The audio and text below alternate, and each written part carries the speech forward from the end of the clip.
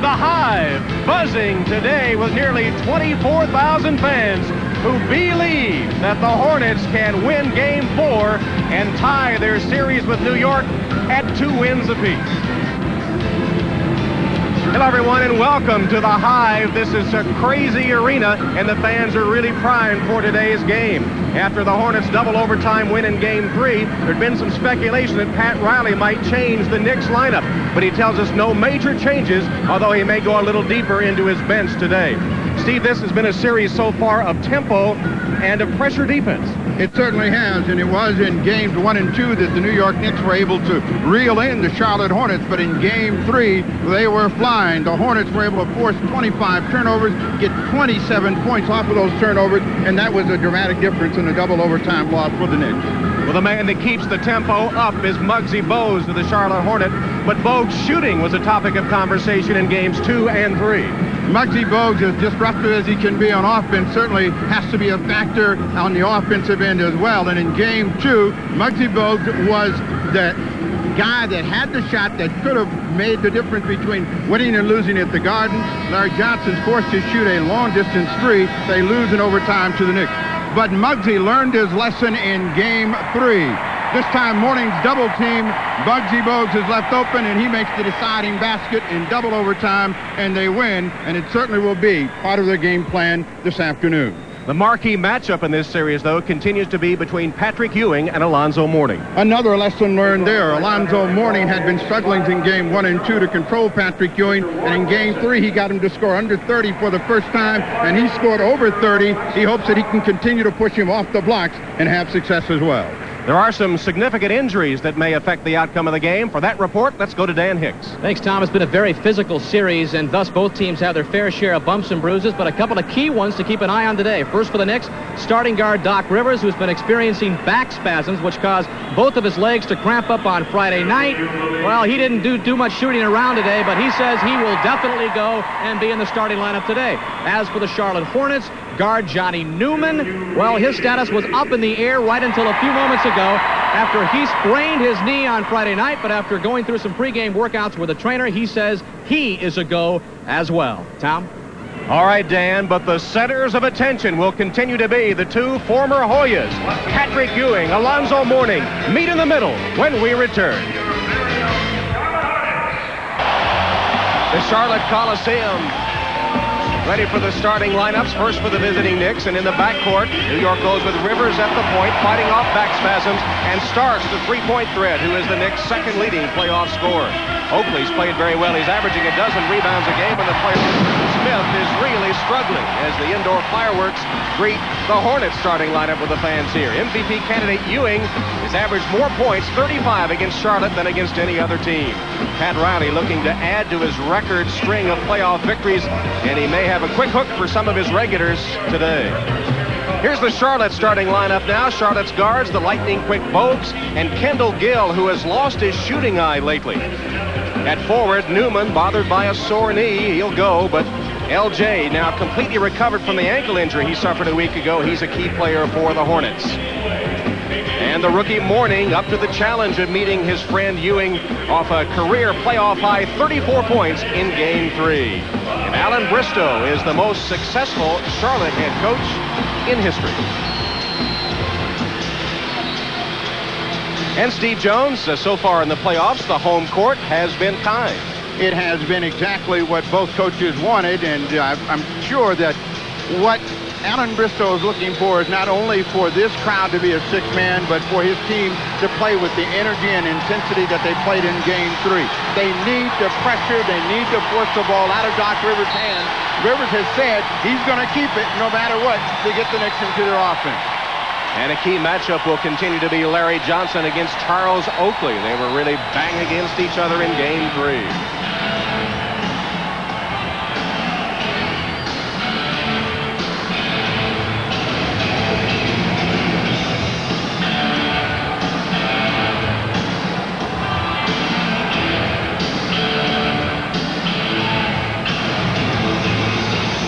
Mourning against Ewing, and the Knicks control the opening tap.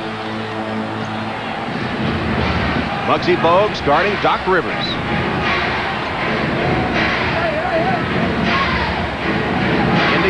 there's the double team.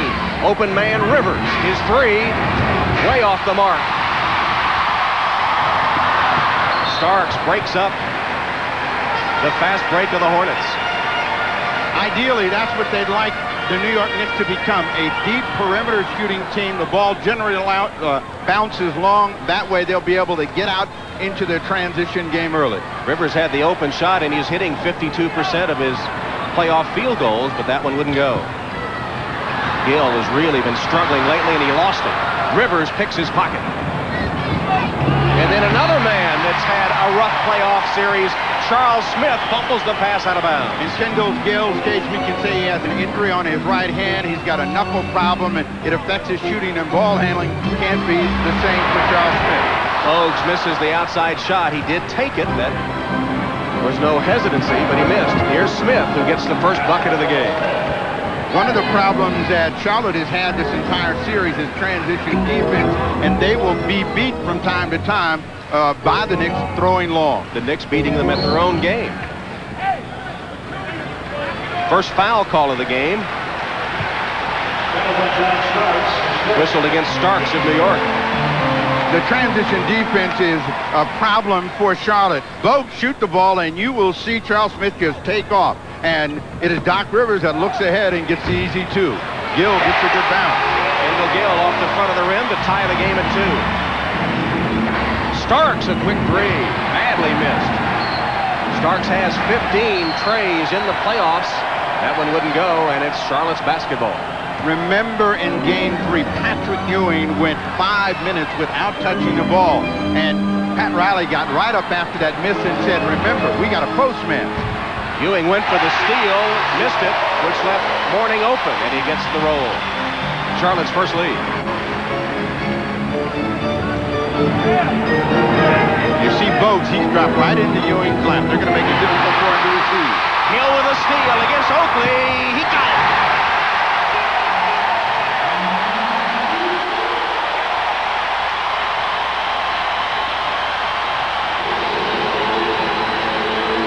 Turnovers already playing an important role as Charlotte is on a 6-0 run. Kendall Gill has been struggling, but in Game 3, it was 6 steals that he contributed, and right out of the shoot, he gets 1 and a score, so he's got 4 points early. That may be the spot that could be a difference for Allen Bristow and the Hornets this afternoon. They say if you're struggling offensively, the defense can turn it around for you. There's Patrick Ewing with a strong move, his first 2. It's 6-4 Hornets. Ewing has been the anchor all season long, and whenever they get in trouble, they try to find a way to get him the ball.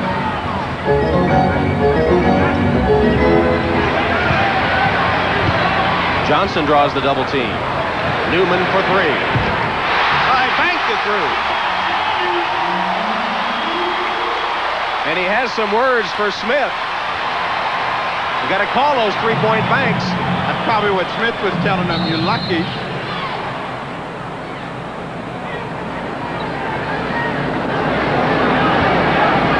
Oakley appears to be bleeding. They want to make sure that they can stop the bleeding. Otherwise, they're going to have to take him out of the game.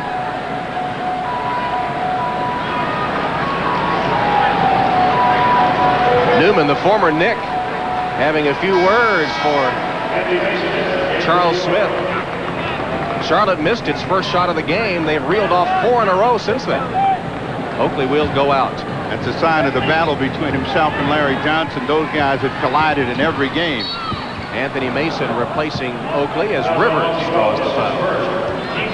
Muggsy Bogues with his first foul. That's 2 against Charlotte. Well, Bogues hasn't blocked a shot in his life. So I don't know why he was jumping at that one. Doc Rivers, he got the nickname Doc when he wore a Dr. J t-shirt to a summer camp up in Milwaukee, and Rick Majerus, then the Marquette coach, nicknamed him Doc. Dr. J inducted into the Hall of Fame a week ago tomorrow.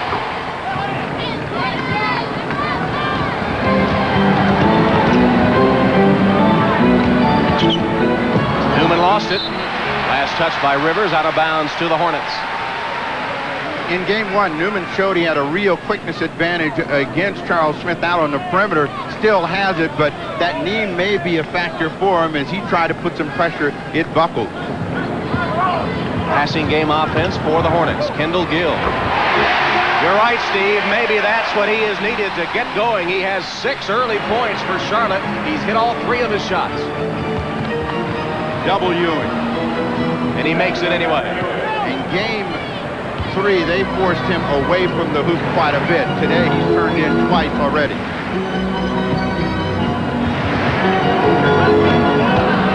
Mourning tries to answer Ewing's bucket. And Ewing got a piece. Rivers takes it the other way. Starks against Gill. Went underneath to Smith, who is fouled by Newman. That's number 2 on Newman. All of the Hornets got back, except they allowed Charles Smith to get too deep in the post. And once he received the ball, Newman had no choice but to try to make a steal. He ended up fouling. Double team of Ewing. Johnson comes over to help Mourning. He kicks it back out. Now the return pass. Ewing goes up and rolls it through. Patrick Ewing now with 6 of New York's points.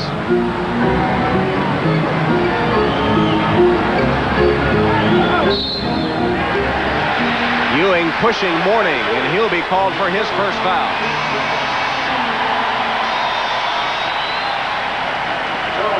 Ewing gets the ball down on the box, and in game 3 on Friday night, he was going away. He's turning into the middle as much as he possibly can.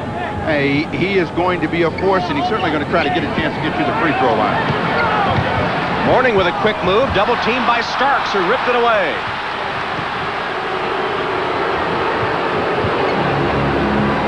Rivers posting up Bogues, lost it.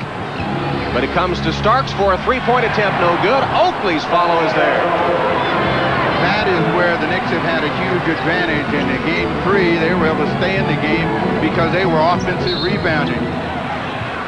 Foul on Kendall Gill's baseline drive. It's on Starks. That's number 2 on John Starks.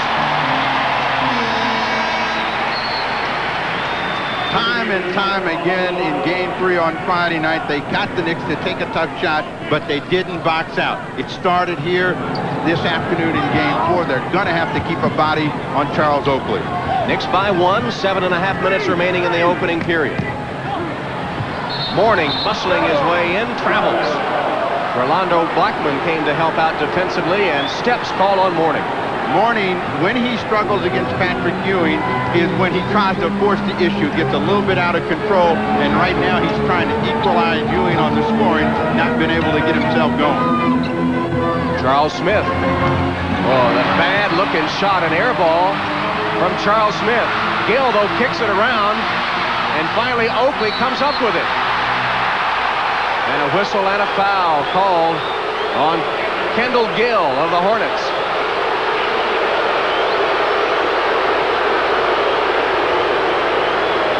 This ball will come behind Rolando Blackman. Then it bounces back to Gill, and it looks like the only guy that's going to be able to get it is the smallest guy out on the floor. But Oakley finally got control, and Gill picks up the personal. Rivers with a strong move. It won't go. Ewing. No basket. No basket. Loose ball foul called to the Knicks.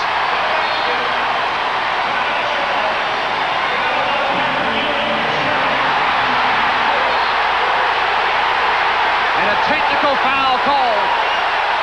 Patrick Ewing is livid.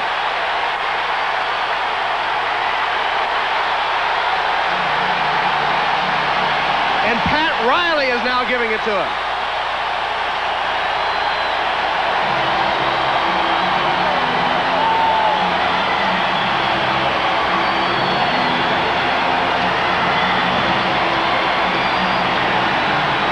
No caption needed for those comments.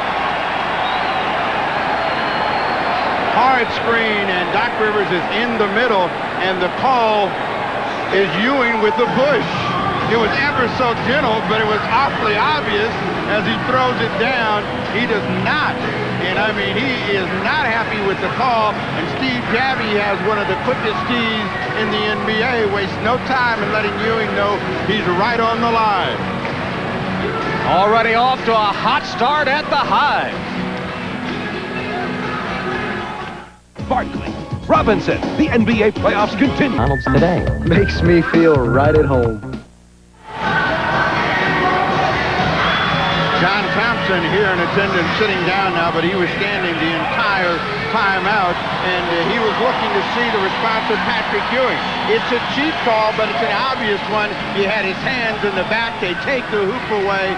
His reaction, a violent one. It cost him a technical, and Pat Riley also not happy with the officiating of Steve Gabby, but the Knicks can ill afford to see Ewing either get another technical or another foul. He has to sit down. We'll see if Briscoe now comes to morning inside going to the hoop. It didn't look like much of a push, but it was right in front of the official. And you talk about the mixed emotions. John Thompson has to be the definition of that in this series, with two of his former stars, Mourning and Ewing, squaring off against each other. Muggsy Bogues sinks the technical free throw, and the explanations continue after that personal and technical foul on Patrick Ewing. In John Thompson's case, he is pulling for Patrick Ewing because he feels that Mourning still has plenty of career and time to get a championship. Mourning is saying, look, you never know when these things come, Coach. You got to take them when you can take them. Game tied at 12. Johnson posting up Oakley. Here's the entry pass. Quick spin. The reverse won't go, but a foul. What a quick move by the big man, Larry Johnson. Oakley picks up his second personal foul, and you can see that Johnson has more to say to him right now. This has been a war of words that has been going on since game one. Well, remember, it all goes back to the All-Star game. But the quick spin, and that's the problem. Oakley gave him too much of his body and couldn't recover, and in trying to get back, Johnson was already at the rim. Larry Johnson playing only 17 minutes in the All-Star game, which, of course, was coached by Pat Riley. So Johnson said the next time he played the Knicks, he wanted to score 80 points. Charles Oakley took exception to that. He said the only thing you're going to get against New York is 80 stitches. They've been going at it ever since.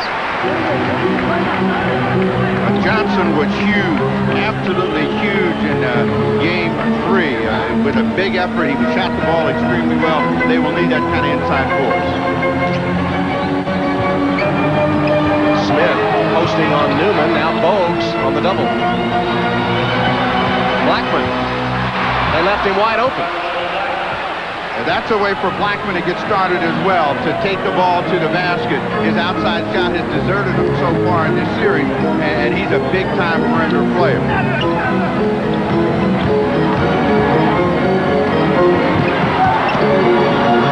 Bogues penetrates, kicks back to Newman. Three-pointer. Rivers to Smith. And Johnny Newman has to react to that. Newman just stood and watched his shot. That allowed Charles Smith to leak out, and another easy two for Smith. New York with Herb Williams now taking up the defensive assignment in the absence of Ewing. See Johnny Newman, he just stands there, and then he begins to think, well, it's too late. Charles Smith down with the hammer. Herb Williams on to guard Alonzo Mourning with Ewing exiting the game. That'll be goaltending. Credit the basket to Larry Johnson. Herb Williams in his 12th year out of Ohio State. Larry Johnson has the quickness and the ball handling ability to get by, and they're hoping that Herb Williams will be able to make some saves. That time it was a goaltend. Williams, one of the men that it was speculated would see more action and forced into early duty with Ewing in foul trouble. Williams over Mourning, a pretty shot. The veteran schools the rookie.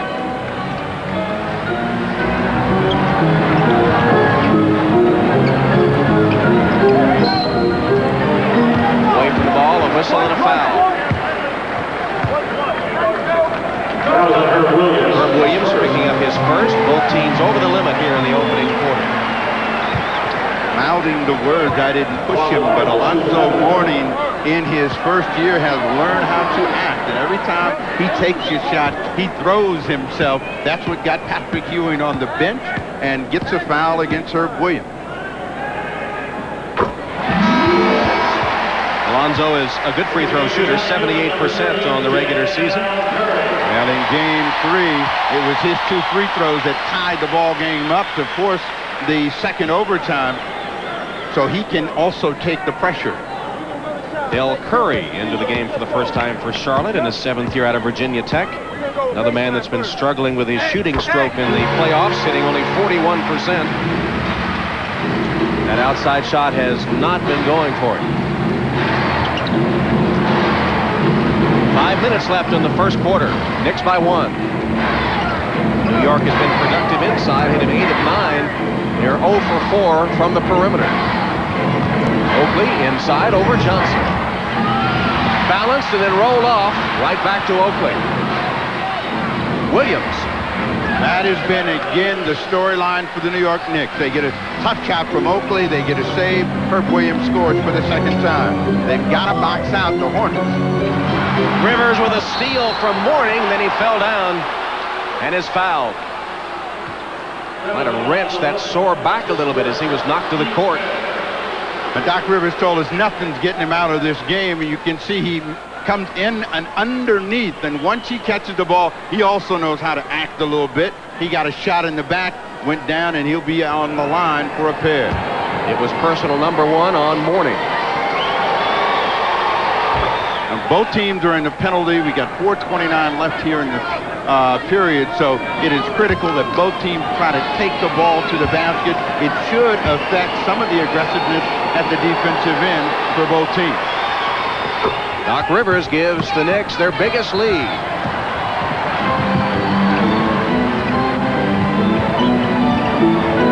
Gill open off a screen. He's found that shooting touch. He's 4 for 4 today. 3-point game.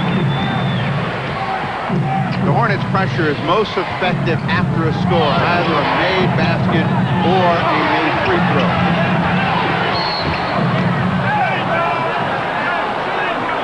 Foul called on Kendall Gill. Number 2 on Gill. And Gill's got a good offensive game going, but he's picked up 2 quick personal fouls. Bristow's got to be aware of that. He's got to have Gill around for the remainder of the game, so he's going to have to make a quick substitution here. And he'll go to Kenny Gaddison. Charles Smith, averaging only 7 points a game in the playoffs against a 12-point per game average in the regular season. And against the Hornets, he's only averaging about 4 points a ball game, and that really hurts. And the 29% is even more dramatic because he's got size over most of the people that guard him, and he just has not been able to finish plays. Gill off to a quick start. Now he has to take a break. Nothing going right for Gill. He finally gets that shooting stroke and gets early foul trouble. Has to sit down. Smith missed the second free throw, and Bogues in a hurry. Curry made the fake, launched from outside, and now he's hitting. The Hornets get their outside attack going. It could make a big difference. Here's a backcourt foul, Muggsy Bogues, and a technical foul on Alan Bristow, the Hornets coach.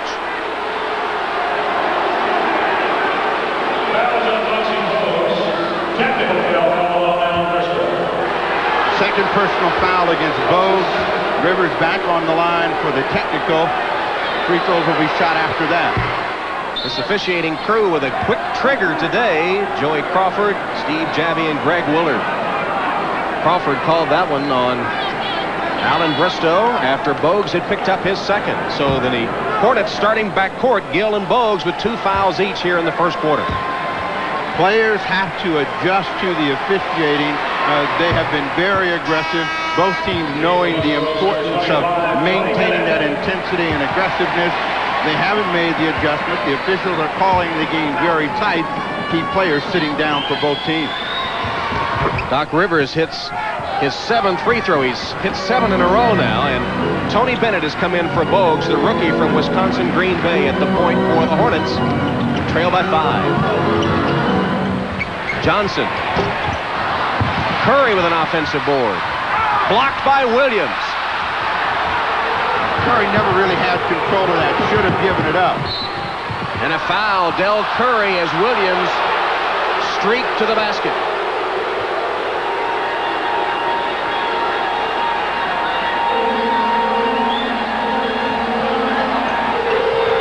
Late in and getting back, and now he'll try to reach in to make a play, and in his mind, that's as good as what happened to him at the other end of the floor. He reacts, but it doesn't stop Herb Williams from getting to the free throw line. A better thing for the Hornets to do after any miss is for all of them to collectively run back, get their transition defense set so they're not giving up transition opportunities. Knicks taking advantage, building the lead here, not only in transition, but from the line. Herb Williams gets both of them. Herb Williams has done a great job spelling Ewing for the Knicks. Williams has 6 points. Oh, reverse slam by Mourning. The thing you have to like about Mourning is when he's close to the hoop, he throws it down. There's no fooling around with it. Blackman. Rolando Blackman, another key reserve, has 4 off the Knicks bench.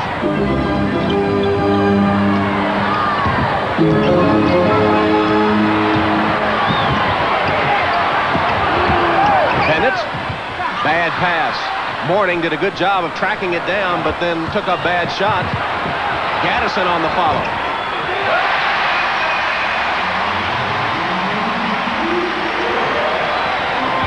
Lead back to 5. Here's the double team on Rivers at long range. It leaves Oakley open, and he makes them pay. Oakley has been making them pay this entire series. Every time he's been open, he's knocked that shot down. Every game, he's been double-button figures in scoring and rebound. Foul called on Charles Smith of the Knicks, and a timeout with 2:25 left in the first quarter. New York leads.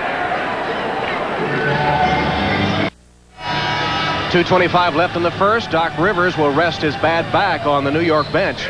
Many people have picked the Knicks to win the entire NBA championship, and Doc Rivers thinks this is his best chance ever. 10 years in the league, for me, this is the best chance I've had. And it's not only because of the talent on the team. We do have a high talent level, but I think it's the commitment. Every player on this team is willing to make a commitment to shrink his ego, to play a role. And when you have talented players willing to play a role, you have a chance. And there's Rivers resting that bad back, reclining on the sideline. And Pat Riley has preached focus, focus, focus all season long, and he thinks that will be the deciding factor if the Knicks are able to emerge victorious. They have some tough games ahead, not only in this series against the surprising young Hornets, but looking forward to a possible matchup in the Eastern Conference Finals against the Bulls. Well, it's not only focus, but it is commitment, and that idea of shrinking your ego and doing whatever it takes to win. We have seen that for the New York Knicks in all of their playoff series so far against the Pacers and the Charlotte Hornets. Greg Anthony on the floor for the first time for New York at the point guard, replacing Rivers. Steal Curry. Curry took it away from Blackman. Mourning dribbling against Williams, gives it up to Bennett, penetrates and scores.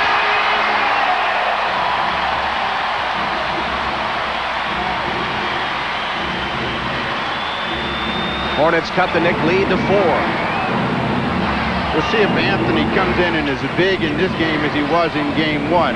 He hasn't played as well in Games 2 and 3, and they need him to step up. Mason can't hit. Rebounded by Gaddison.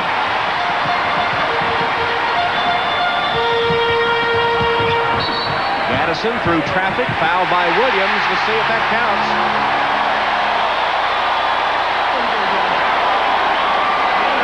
No basket.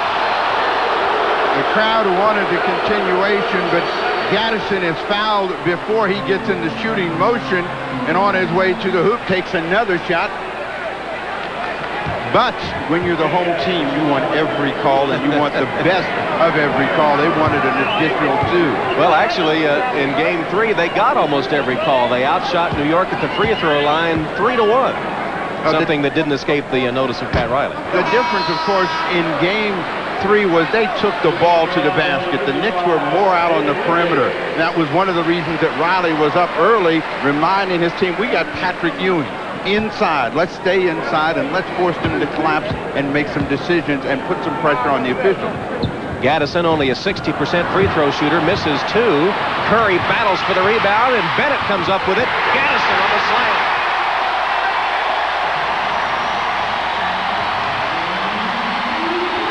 Dell Curry has given his team a lift by doing some other things than shooting the ball. You got to credit him with an assist. He tried to get that all of Michael Jordan, kept it alive. Just over a minute left in quarter number 1. Blackman. Mason with an offensive board. You hear the buzz from the public address system here at the Hive, and the fans really get it going. Anthony with a pretty move.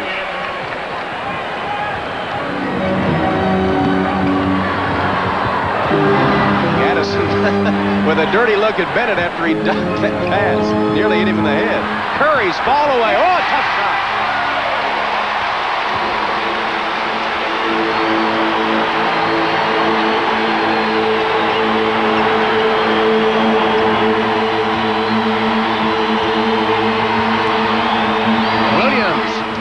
Clutch bucket again. Herb Williams with a brilliant first quarter performance. 8 points off the Knicks bench. A man that has been locked in the deep freeze, and he's got the hot hand, and he hasn't missed a shot, and all of them been good shot selection. They double on Bennett. Addison just beats the clock.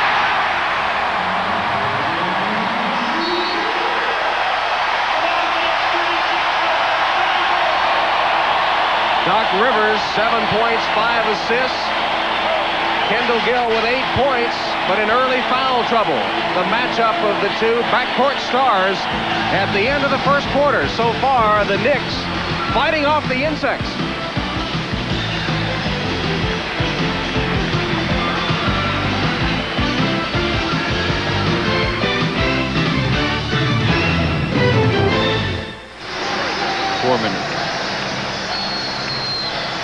Ready to start the second quarter, standing apart from the Knicks huddle, and obviously displeased John Starks, who sat early after missing 2 shots and had only 4 first quarter minutes. 2 deep perimeter shots. He came down early, took a 3. Riley stood up, pointed to him, telling him to get the ball inside. He came back, missed another deep 3, and right now is in the deep freeze on the bench. But this guy has got to play for Riley. He has been huge in the regular season and in the playoffs. And both teams, no defense in this one so far. Can't get much better shooting than that. Second quarter underway.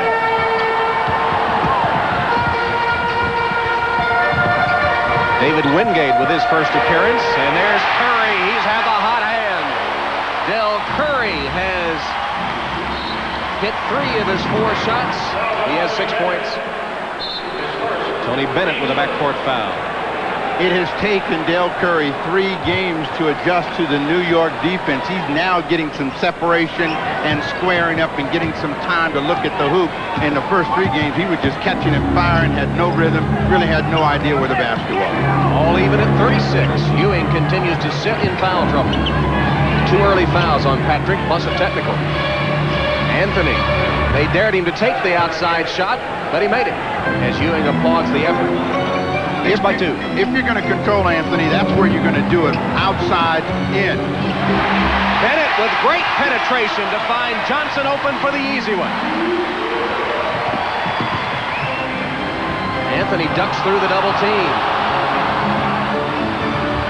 And Hubert Davis, a star emerging for the Knicks, the rookie from North Carolina.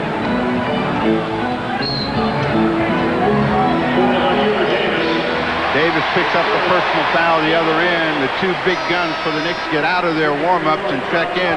Starks and Patrick Ewing, as Blackman and Herb Williams did a great job of relief and had the Knicks on the lead at the end of 1. What a great luxury for Pat Riley to see Starks and Ewing as 2 top scorers on the bench, and to get that great performance from Blackman and from Williams. So far in this ball game, the jump shot has deserted Larry Johnson. He couldn't miss through the first 3 quarters in game 3. Gaddison is no match for Ewing. So Patrick wastes no time scoring immediately after returning to the game. He's 4 for 4.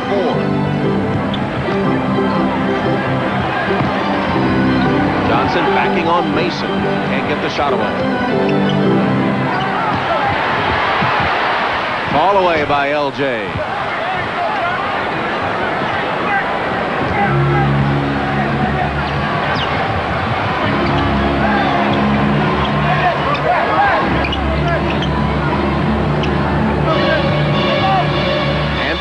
outside. Curry leads the Charlotte break. Nearly turned it over. He's got Curry launches at three. Gaddison. Mason with a rebound. the reason that Gaddison misses a lot of shots, he's got a hesitation at the top inside Ewing. Tony Bennett was left alone under there with Patrick Ewing. He was looking for the 9-1-1. 22nd timeout taken by Charlotte. Patrick Ewing deep and is intent on turning in. No fadeaway jump shot so far for Patrick Ewing. Gets one inside, and then you've got a smaller Tony Bennett on him. Just comes over the top with two hands. Ewing and the Knicks on fire. Get into the cold by Chrysler Plymouth, a division of the Chrysler Corporation. And by Dollar Rent-A-Car, right on the airport, right on the money. Knicks lead the Hornets 44-38. Charlotte playing without its starting backcourt, Kendall Gill and Muggsy Bogues. Each player picking up 2 fouls in the first period.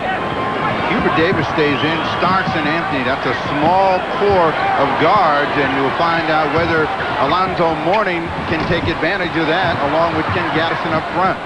Missed the hook, and Mason with a rebound for New York. Knicks enjoying a 6-0 run. They've hit 6 of their last 7 shots. One of the things the Hornets are going to do is double, and they're trying to double, not necessarily trying to get a steal. Great steal by Curry. Took it away from Davis and laid it through.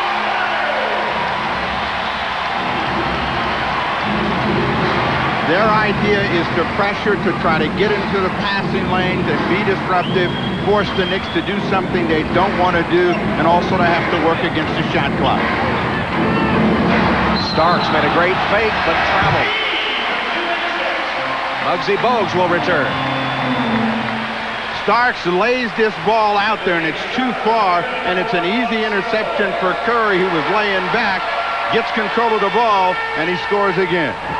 Remember, turnovers were a key to victory for the Hornets in Game 3. New York has turned it over the last 2 possessions. Curry with a dump to Gaddison. Shot blocked by Ewing.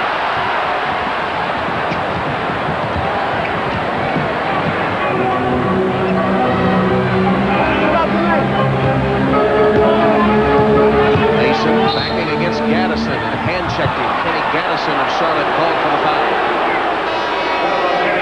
Some players are quick leapers and others are slow, and Gaddison is slow. Looks like he should have got there. But when he extended, Patrick Ewing, the quick leaper, recovers and makes the block. Gaddison out of the ball game. Sid Green in. Sidney Green in his 10th year out of UNLV. He's averaged 2 a game in the playoffs. Ewing can't get the roll on that one. Bogues on the outlet from Mourning. From the top of the key, Alonzo can't hit. Just got his first rebound. Couldn't score that time.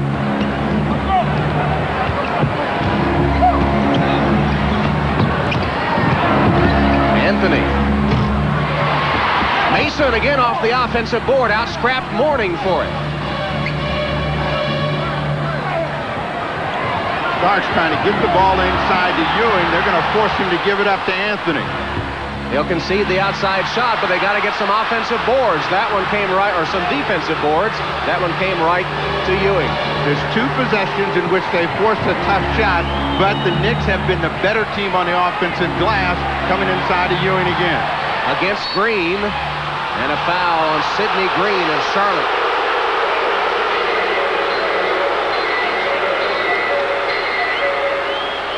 Alan Bristow electing to keep Mourning out of foul trouble. Sidney Green with the knee and the bump on the hip. Doc Rivers back in the ball game. So first Gaddison was guarding Ewing, and now Green instead of Mourning. That time Green knocked it away. Last touch by Ewing. Good defense by Sidney Green.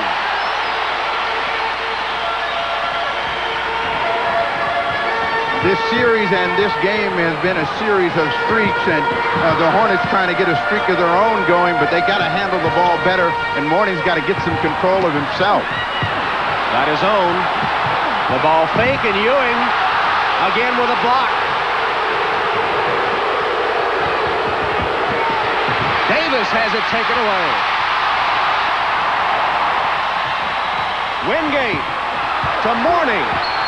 And this time a foul. Will it be on Ewing? That would be 3. No, it's called on Mason. Anthony Mason with a foul.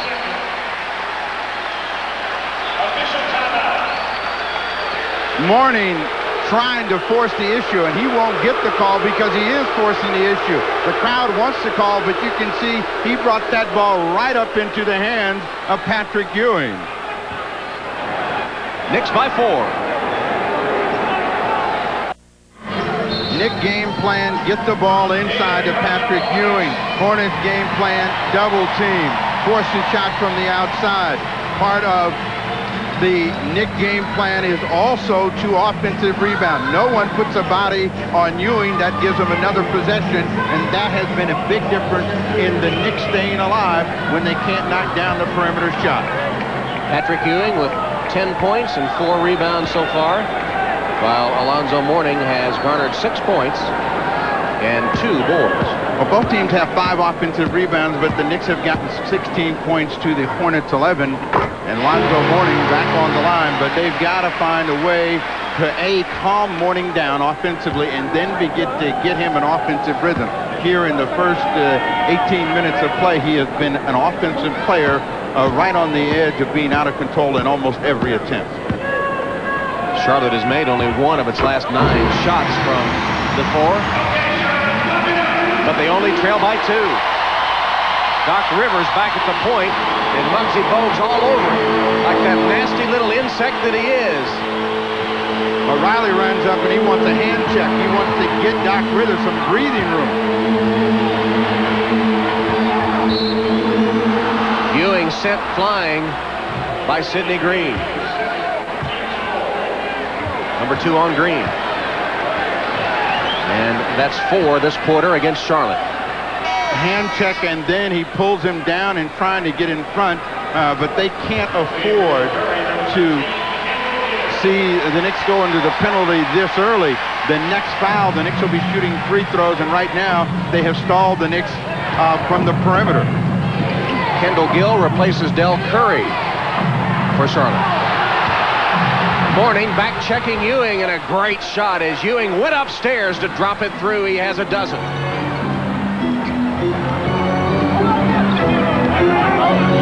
Mourning has a Mason on his hip, but Ewing gives some help.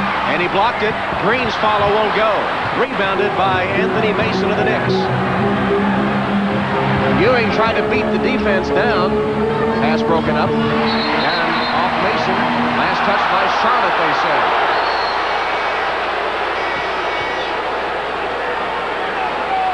Mourning tried to get this one after Ewing let it go, but he got it up high enough and quick enough to score, and Ewing has dominated the matchup here in the first 2 periods of play, and Mourning is really struggling to try to keep pace. Ewing 6 of 7. He scored the Knicks' last 6 points. Charles Oakley returns for New York, and Hubert Davis will take a seat.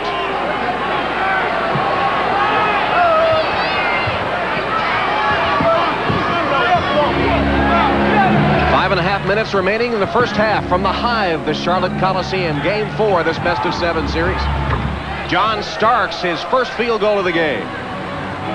Starks stepped in. His first 2 shots were deep 3-point shots, and he stepped in and knocked down a 15-footer, trying to come inside the Mourning. There's the double. Oakley comes to help. Green left open. Bad-looking shot. Gill saves it. This is a guy that's got to find a way to also strike a match in Larry Johnson. They've been able to keep the 2 frontline guys down in this ball game so far. Gill short. Ewing skies for the rebound. Quick pass to Starks. Gill blocked it. LJ. Green fouled by Mason.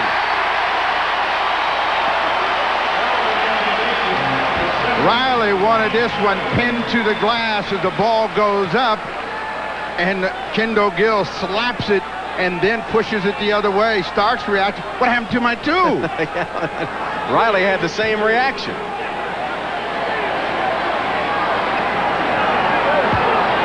Mason picking up his second personal.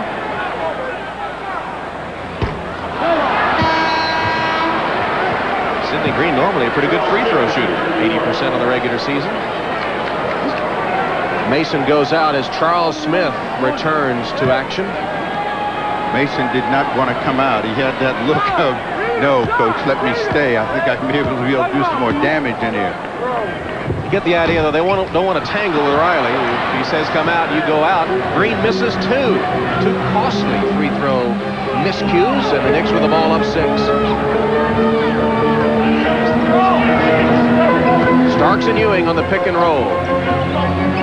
Ewing in the paint, calling for the ball. Oh, he has been unstoppable. An MVP performance by Patrick Ewing. He's hit 7 of 8. And the Hornets will take a timeout. Bristow has got to find a way to get Mourning and Johnson going. Ewing and the Knicks lead by 8. Bob Costas in New York. Coming up on the Prudential Halftime Report, we'll preview the second game of the playoff doubleheader between the Suns and Spurs.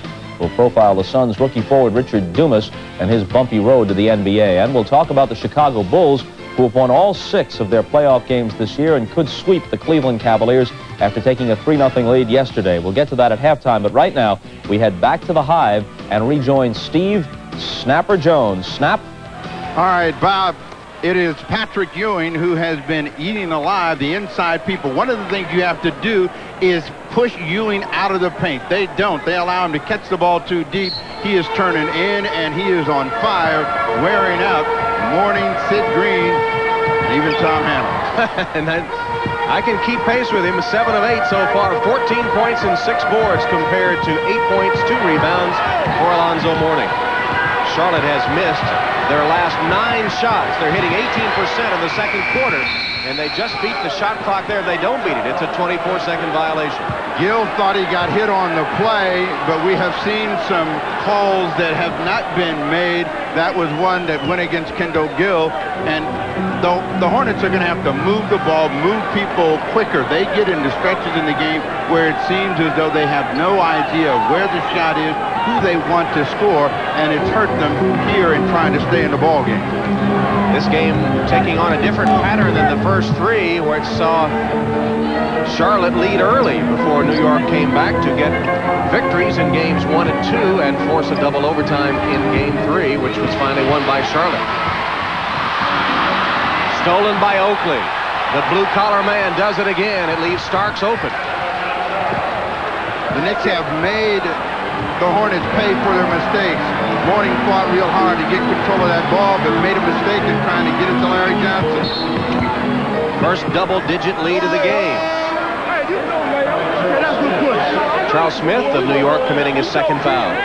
Oakley and Johnson jawing underneath the hoop. We'll see who gets the better of this. Right now, it's the Knicks on the scoreboard, and Johnson is struggling to find the game he had in game 3, which was so dynamic. 31 points on the double overtime day. He only has 5 points so far in this one.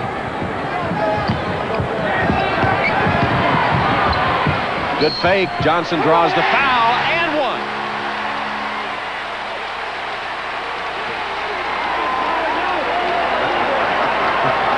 That's what I'm talking about. What did he say yesterday? He told us, he said, I may be only 24, but I got a lot of tricks. Here's one of them. Good deep post position. This time he gets a free throw to go in, and that's a big play in terms of giving the Hornets a little momentum and energy, particularly to set up their press. Double team Starks in backcourt. Oh, he lost one that Rivers just manages to catch against the sideline. Now Bogues trying to snap it away from him, and Bogues took a finger in the eye. Smith still can't buy one. Oakley with great work to Ewing, and then Bogues commits the foul. That'll be 3 on Muggsy Bogues.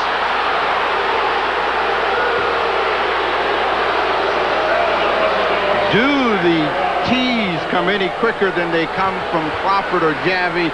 No, you'll watch the reaction of Bogues. He thinks he gets the ball right there. As a matter of fact, he Looked like he did. He did.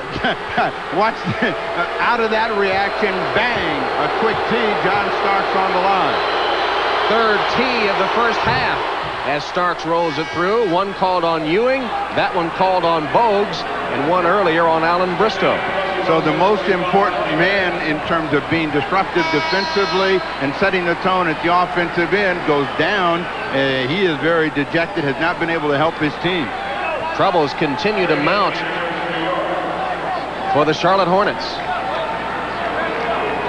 Stock's going out. Watch Stock's going out, John.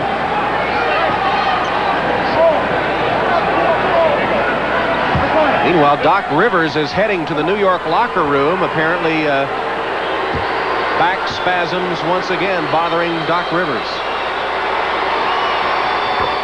Dan Hicks will give us a report as soon as he checks on Rivers' condition. In Game 3, Pat Riley took him out of the game just after he made a shot and limped back up court. Rivers didn't want to come out. Riley had to grab him by the jersey and say, sit down. That's how badly Rivers wanted to play, even though he could barely run. Ewing sinks two, his first 2 free throws of the game. First 2 free throws in well over That's right, 50 minutes of play. He did not get to the line in shooting 31 balls in Game 3. Trying to get it inside the morning. Triple team, he scored anyway. Double figures now for Mourning. Approaching the 2-minute mark, first half of play from the Charlotte Coliseum. Ewing can't handle the pass from Starks. Knicks turn it over. Finally, they get the ball down to Mourning with some room where he can work one-on-one. A good quick move and 2. Now, we'll see if they come back and run the same play. In a passing game, you don't get the same look more than once. Mourning out on the perimeter, trying to put it on the floor. New York with 8 turnovers, 7 for Charlotte, as Mourning missed a wide-open layup. Absolutely uncontested. Normally, he throws that down, and the quickness got him in there. I think he just couldn't believe that he was that naked and clean and missed a shot. Smith posting Newman, pushing foul. Johnny Newman of the Hornets. The only thing that's going to help Newman, Gill, and Curry when they're being posted up by Charles Smith, and you can see the complaint by Newman is he hooked, he held. And he's saying, wait, if you get the first one, then I don't get the second one. Newman, of course, spent 3 years in a Knicks uniform. In his 7th season out of Richmond. But to finish the thought, when Smith posts up, if they really get out and pressure the ball, then the guy that's passing is going to be a little reluctant and try to drop it into Charles Smith. Del Curry returns for the Hornets. Here's what Charles Smith has done. Not much the first 3 games.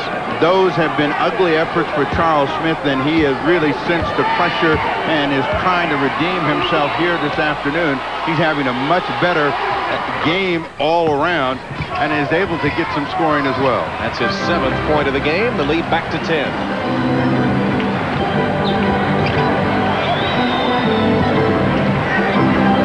Gill. Confidence back for Kendall Gill. He's 5 of 7 shooting, 10 points. See if the Hornets can get some stops. Too easy. Oh, they get a 3 seconds, so they get bailed out, but they were able to lob over the top. And again, that's because the pressure that you want on the ball handler wasn't there. Too easy to spot a big guy inside. 1:15 and counting first half from Charlotte.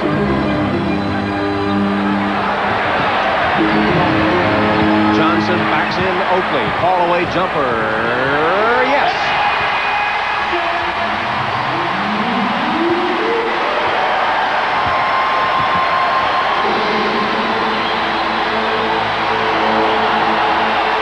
Here comes the buzz. Starks. Ewing with another offensive board. 7th rebound of the first half for Patrick Ewing.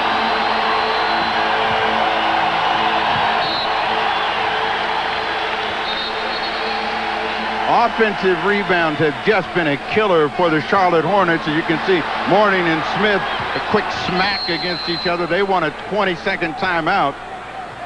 20-second timeout gives us a chance to check in with Dan Hicks, who has a report on the condition of Doc Rivers. Dan? All right, thanks a lot, Tom. The Knicks are really more concerned about Doc Rivers' back. That continues to bother him. But he went into the locker room for a few stitches above his eye. They're going to stitch him back up, and they expect him to be back in the game. Tom? All right, Dan. So Doc Rivers taking a beating, already bothered with back spasms. He had leg cramps also in Game 3, and now cut above the eye.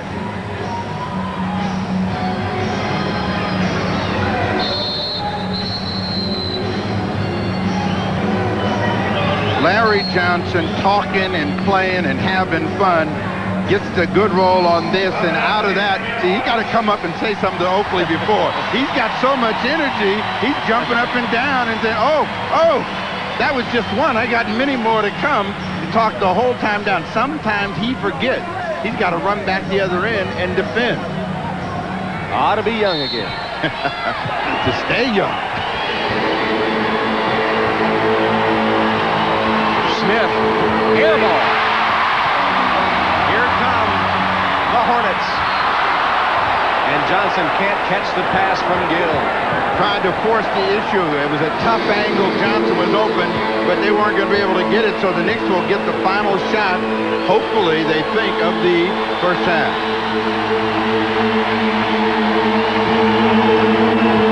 Double team.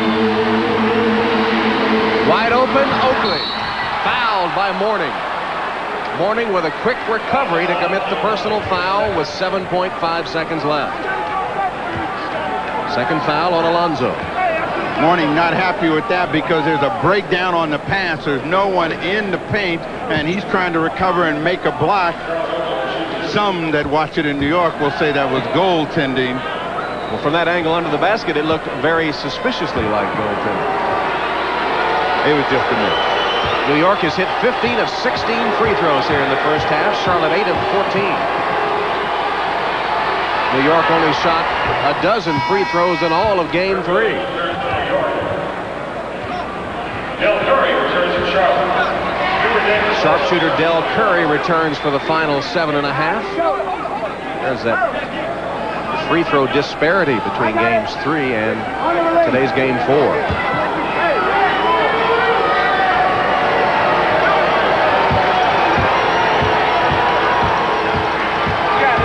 Last 6 points for the Knicks have come at the stripe. Oakley misses.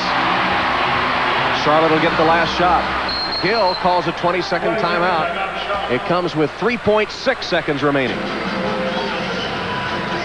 You get 1/22 timeout a half. They're going to burn theirs because you can't carry it over anyway. Alan Bristol wants to try to set up a play.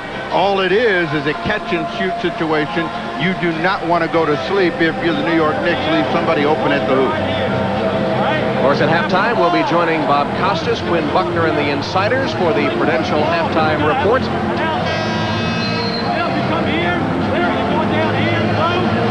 And after this game, the second half of our NBA playoff doubleheader. As the San Antonio Spurs try to win their second game in their series against the Phoenix Suns. Winning at home yesterday and coming right back to try to make it 2 in a row today. That'll come up at the end of this New York-Charlotte game. Final 3.6 of the half. Trying to free up Tony Bennett or Del Curry. Johnson got it away, but off the mark, and the first half will come to an end.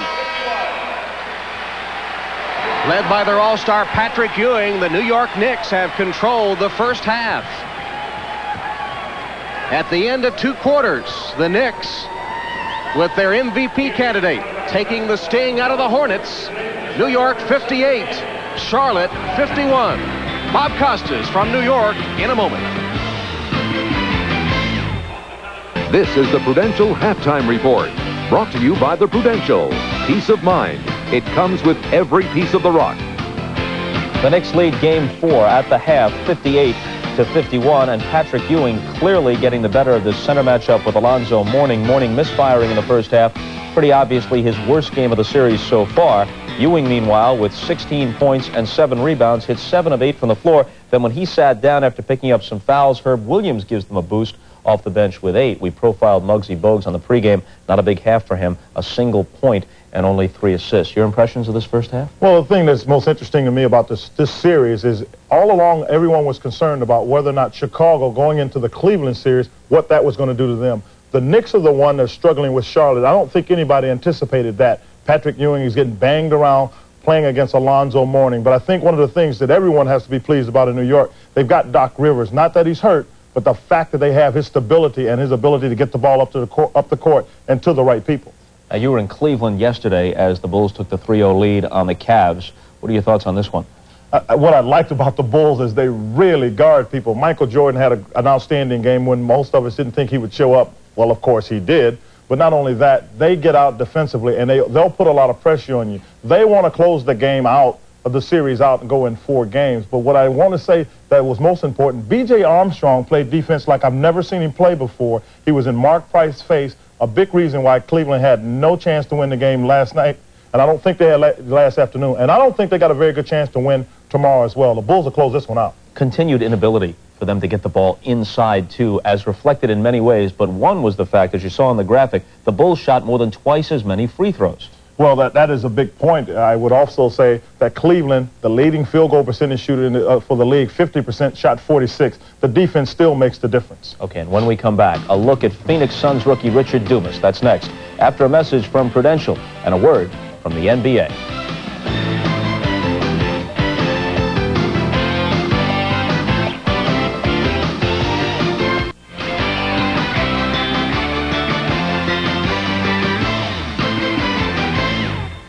The second half of our playoff doubleheader is Game 4 of the Phoenix-San Antonio series. The Suns lead it 2-1. Phoenix changed the essential makeup of its team this year when it traded for Charles Barkley, but there have been other important additions, Danny Ainge, of course, and 2 rookies. Yesterday, we brought you the story of Oliver Miller. Today, we've got the lowdown on Richard Dumas. Dumas didn't intend for this to be his first year in the NBA, but that's the way it turned out. Hannah Storm reports.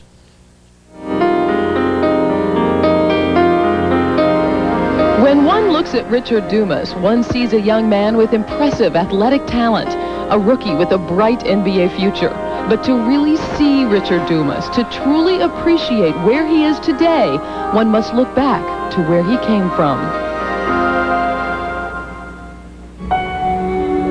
Dumas was a freshman All-America at Oklahoma State, but after his sophomore year, he was kicked out of school because of substance abuse. After a season in Israel, he applied for the NBA draft. The Phoenix Suns select Richard Dumas of Oklahoma State. Dumas was impressive in training camp, but failed a mandatory rookie drug test. His NBA dreams shattered, forcing Dumas to admit that for years he had been scared to play straight. After a year in the CBA, he entered an aftercare program run by Spurs coach John Lucas and played for Lucas's USBL champion Miami Tropics last summer, finally regaining his confidence as a sober athlete. Well, I made some mistakes in the past that hurt me and got me kicked off the team, but they gave me a chance. I went and got myself together, and now I'm back. Did you think that basketball was your whole life? Was that part of the problem? I think that's what my problem was. I put basketball for anything else, not thinking about if I got hurt and never played, what do I do then?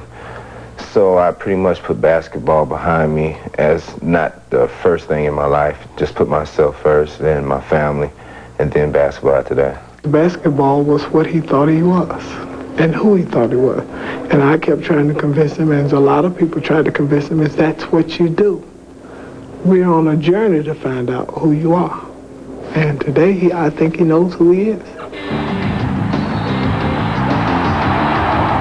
I used to like hanging around, partying all the time, and that's what got me in trouble, trying to be like other people. Richard is a follower. It's kind of like I was, kind of like most people who get addicted become. We always are running for class president. You know, we always want to be liked by everybody, so we become a chameleon. We become everything to everybody, and whatever they want, that's what we do. He's not like that today. The rock of Richard's recovery has been his family, wife Angela, infant son Richard, and 3-year-old Laron. You gonna do the 360 for him and hang on the rim? Okay, jump. Okay, now you twist you around. Now hang on. You got it? There you go. Ironically, Dumas was given a second chance by an organization rocked by drug scandal in the mid-'80s, but Coach Paul Westphal doesn't see Richard as a risk. The public perception is you can't ever take a chance again on somebody who's had a drug problem, but the reality of it is that everything in life is a risk, and you have to count the cost, and we gambled on a very gifted young man, and I don't think that we deserve that much credit for that, because if he couldn't play basketball very good, we wouldn't have given him that chance. Now look at Richard Dumas. What do you see? A gifted athlete indeed, but much more than that. Richard Dumas finally seems complete. To know that he has overcome his past and that he's looking for a bigger and brighter future just brings a smile on my face. When I first met Richard, I saw soul, but I didn't see spirit. Today he has spirit. He has a gleam in his eye of hope rather than hopelessness. The Suns have always been at least a competitive team, and as such they draft late, and you have to give them a lot of credit for what they've done with those drafts late in the first round or in the second round. Oliver Miller, the guy we talked about yesterday, 22nd player chosen last year. Dumas, the 46th player chosen the year before. Sabalos, the 48th player chosen the year before that. These have paid off for them. Without a doubt, Jerry Colangelo and his staff has done an outstanding job. They're really good about drafting low. They'll also make a change if they have to, i.e. Xavier McDaniels. They brought him and he didn't work. They shipped him. Yeah, and we got to ship ourselves out of here, sending it back to Charlotte for the second half of the Knicks and the Hornets. New York up by 7, trying to go up 3-1 in the series. Tom Hammond and the Snapper rejoin you right after these messages from your local station. This has been the Prudential Halftime Report, brought to you by the Prudential. Peace of mind. Halftime at the Charlotte Coliseum with the Knicks leading the Hornets 58-51. And Steve Jones, after nearly total domination in the first half by New York, the Hornets can count themselves lucky they're only behind by 7. They do have to feel that way. Going 1 for 15 at one stretch in the ball game, only down by 7 points, they feel that they still have a shot. But if they're going to do anything in this ball game, they've got to shut down Patrick Ewing in the middle and do a better job on the offensive rebounding. Well, let's take a look at our Miller Genuine Draft halftime stats. And Ewing has clearly won the battle of the marquee centers. He's won the battle of the marquee center because of the types of opportunities that he's getting. We'll get a look at Patrick Ewing and the Knicks as they work the ball away from Ewing, then bring him back across the middle and dump the ball inside. Now, he catches it deep about 14 feet away, and when he shoots the ball, that's about a 10-footer. On the other hand, they're forcing Alonzo Mourning to take tough shots. He's out of control, and the ball is just not going in for Mourning today, so he is struggling. He's only 3 of 11 here in the first half. You see the overall shooting by quarter.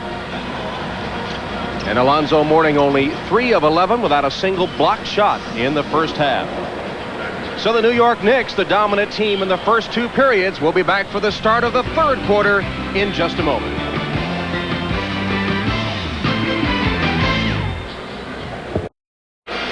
Big first half by Patrick Ewing has carried the Knicks to a 58-51 edge over the Charlotte Hornets. A few moments ago, our Dan Hicks talked to Charlotte coach Alan Bristow. Well, thanks, Tom. Coach, Patrick Ewing, 16 points, 7 of 8 from the field in the first half. You can't stop him, but what can you do to contain him in the second half? Well, we're certainly going to have to run people at him, and that's what our game plan has been all along. We're going to have to run 2, 3 people, especially Muggsy. We're going to run him out, and especially if they have a big forward outside, we're going to run a man to him. The pace of the game, such a key for your team. Is the pace right now where you'd like it to be, or what can you do in the second half? Yeah, the pace of the game is the way we want it. We can shore up our defense a little bit and still make some the right decisions on the break. A couple turnovers hurt us, and certainly offensive rebounds. We got to do a better job of keeping them off the boards. Coach, good luck in the second half. Let's go back out to Tom.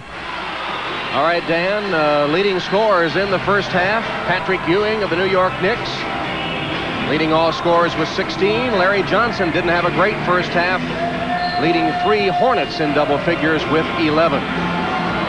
Snapper, judging from the comments of Alan Bristow, Tyrone Muggsy Bogues is going to be a key player on both ends of the court here in the second half, and he's handicapped by 3 fouls. He has been, and that was really one of the problems, not having him out on the floor because of the foul situation. Knicks packing it in, daring him to beat him over the top. Johnson can't hit over the top, and Starks takes it the other way. When the Hornets are successful, it's because they pressure the ball and they force the Knicks to go away from Patrick Ewing. We'll find out whether that happens here in the second half. Mourning block. And a foul. Alonzo Mourning whistled for his third foul in the first few seconds of the third quarter. He has that look like today it might not be my day, but the reason that he picks up the foul, Johnny Newman allowed Charles Smith too deep a position. Mourning coming down from the top trying to make the save. Charles Smith on the line. Knicks bidding to take a 3-1 lead in this best-of-7 series, scheduled to return to New York on Tuesday. You see the position that Johnny Newman's in. That is way, way too bad a defensive position for a guy his size. He's got to try to get around in front and deny and try to force him to lob the ball over the top if he can. Smith hits two, especially defensively. The Hornets just haven't had the same snap in this game that they had in Game 3.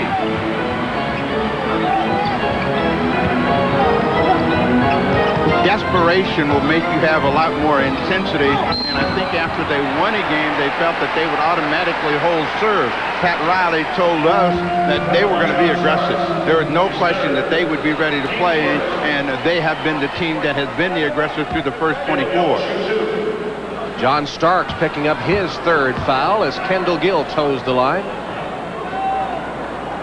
Gill breaking out of his shooting slump today, 5 of 6 from the floor, but that was a bad-looking free throw.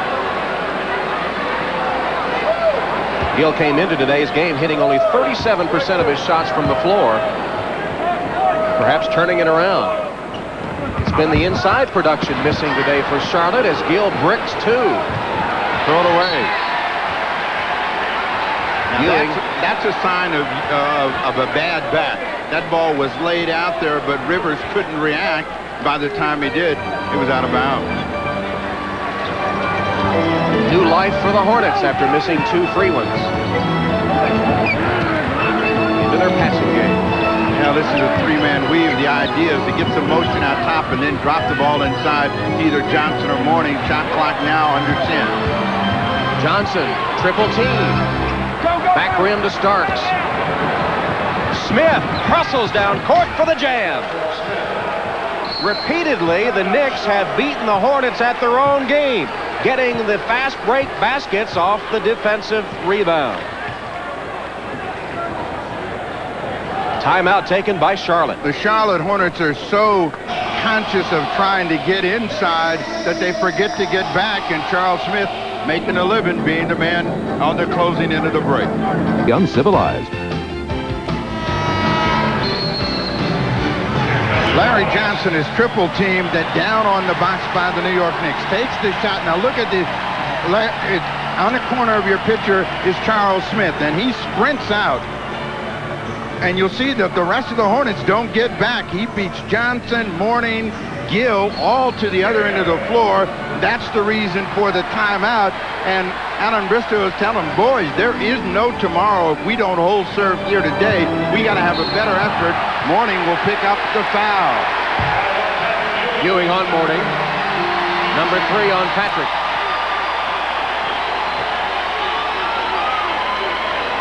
Excuse me, that was Patrick Ewing picking up the foul, but as I said, you can see Mourning has learned how to act. Every time he gets touched, he flails and falls back and draws attention. They double Mourning. And Rivers got him on the arm, a reach in. That'll be the third foul already in the third period against New York. For Doc, number 1. They're trying to double. Mourning. They called that foul on Ewing. Every time he gets it and force the ball out of his hand. Bogues dishes to Gill. Bogues again passing up a shot, and there's the run out. This time it's Starks. He missed it.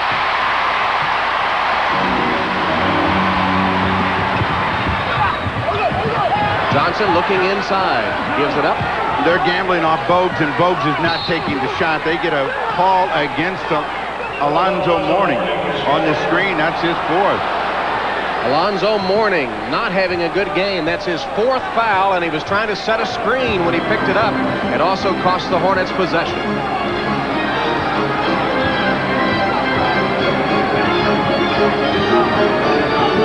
If you're the Knicks, you go right to Patrick Ewing. With a predictable result. New York now on the verge of blowing this game wide open.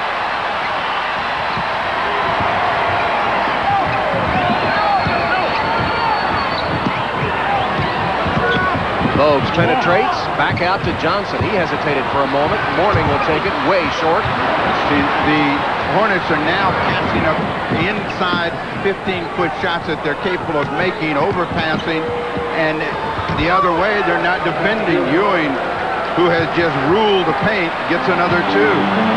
Now 20 points for Patrick Ewing. Biggest lead for the New York Knicks.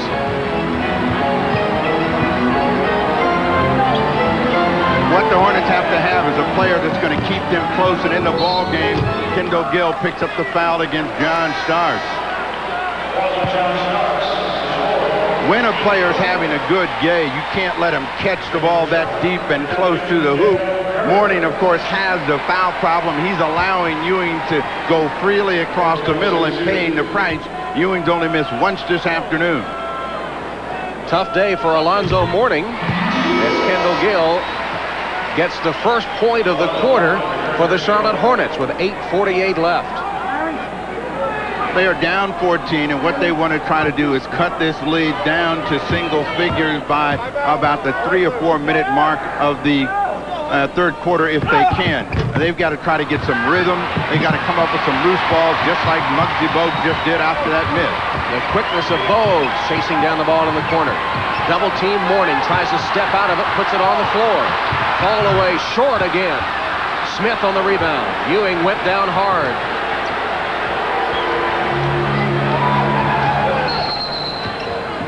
"20-second timeout called by New York to let Patrick Ewing catch his breath.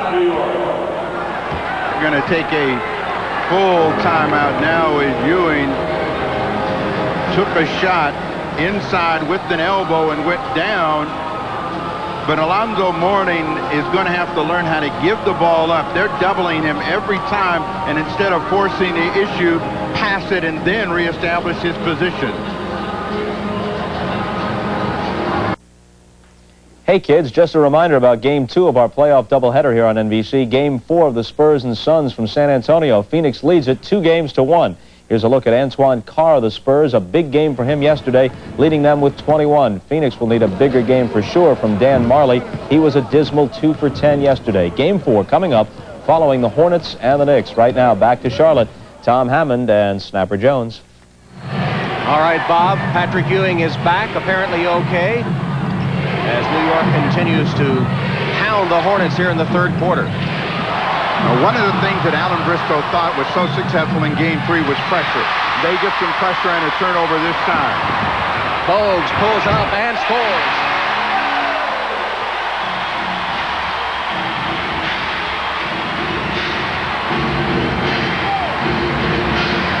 Charlotte trying to make the game a little helter-skelter now, trying to disrupt that powerful half-court game of the Knicks.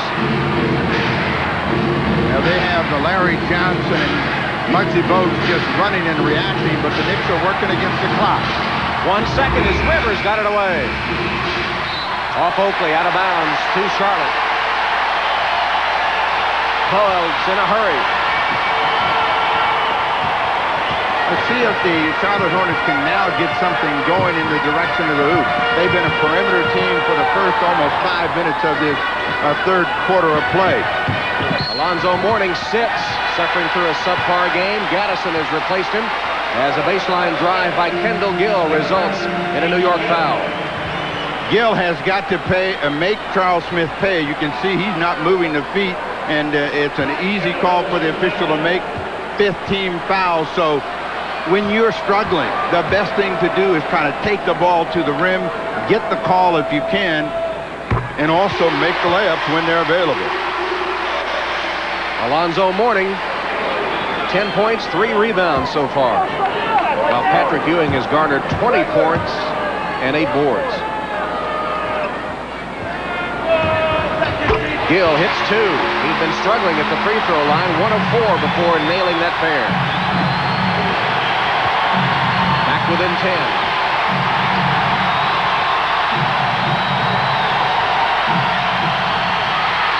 Rivers lost it under pressure from Bogues.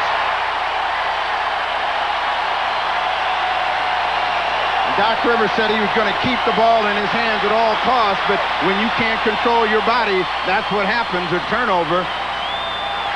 Gaddison fouled hard by Oakley.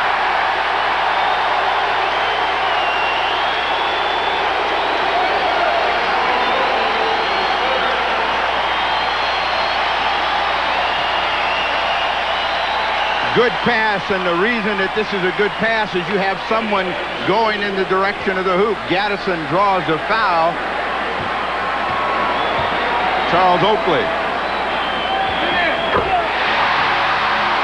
Gaddison makes the free throw. He had missed his first two. That was foul number 3 on Charles Oakley, as Anthony Mason will check in. In all 3 games, we have seen streaks, and we know that leads are not really safe or permanent until the game is over, and the Hornets trying to put together a streak now. Charlotte on a 7-0 run. Just when it seemed they were going to be out of the game, they buzzed back into it. Bogues made a swipe at Blackman. Smith left wide open. Smith bouncing out of his slump with 13 today. Pick and roll to Gaddison. Now Gill.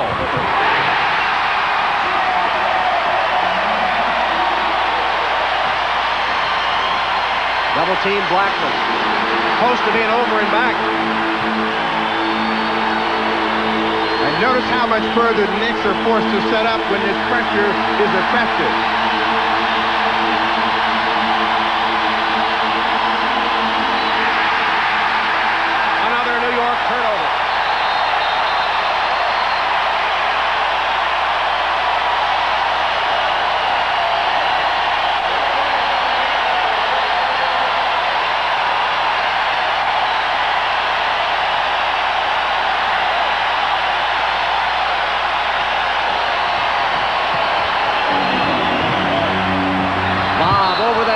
Gill, bad pass from Larry Johnson. Over the head of Curry, Johnson with a miscue. Some young legs in the backcourt. Davis and Anthony report in as Blackman and Rivers go down. They certainly were bothered by Bogues and Kendall Gill with the pressure. Anthony better able to handle the quickness of Bogues with some quick moves of his own, and Muggsy Bogues picks up his 4th foul. But I was doing that against Doc Rivers and you didn't call it. Now you decide when Greg Anthony comes in the game to call it. Can't believe it. That really hurts him because he can't afford to get 5. He's really the guy that makes it happen. And Anthony rubbing a little salt in the wounds by handing him the ball and patting him on the butt. Gill tried to block Smith, instead gets the foul. What makes a play a successful one? A cut to the hoop. Give and go Ewing to Charles Smith, who's been his most active self in the 4th game of this playoff. Kendall Gill trying to make a block from the rear. Well,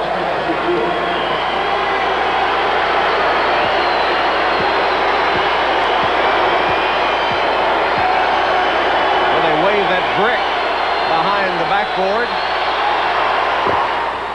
but it doesn't distract Charles Smith. Smith had his best playoff game against the Indiana Pacers at 24. It's been a downhill spiral for him. He's trying to come back up with this one. He's got 6 1/4, a chance to get to 8 with this free throw. Pat Riley saying there were still a lot of things he could do to contribute and to help himself come out of the slump rather than just shoot all the time. Looks like he's done it today. Bogues is sandwiched and returns the favor from a moment ago as he fires it into the stomach of Greg Anthony. Remember when Anthony handed him the ball, Bogues just gave it right back. This is a man with a lot of heart. He takes nothing from anyone, and you can see, hey. Well, Doc Rivers was talking about Muggsy Bogues and said he may only be 5'2" or 5'3", but he has a 7-foot heart. If he wasn't such a huge competitor, he wouldn't be in the NBA today. There are a lot of small people that really pull for Muggsy Bogues because they can relate, but he's got tremendous ability as a basketball player. All his life at every level, he's been told he was too small to play. Here he is in the NBA playoffs. Bogues and a rebound. Johnson.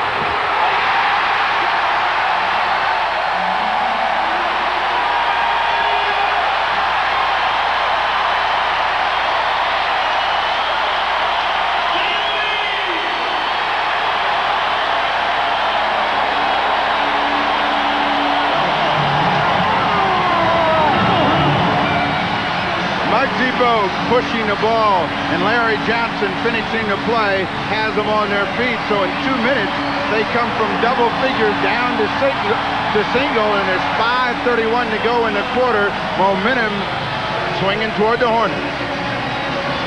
Muggs has the Bugs within 6. Well, when we're finished here at the Hive, we'll send it out to Alamo country, where the San Antonio Spurs try to make it back-to-back wins over the favored Phoenix Suns. Charles Barkley and the Suns. David Robinson and the Spurs. Coming up next, the second game of our NBA playoff doubleheader here on NBC.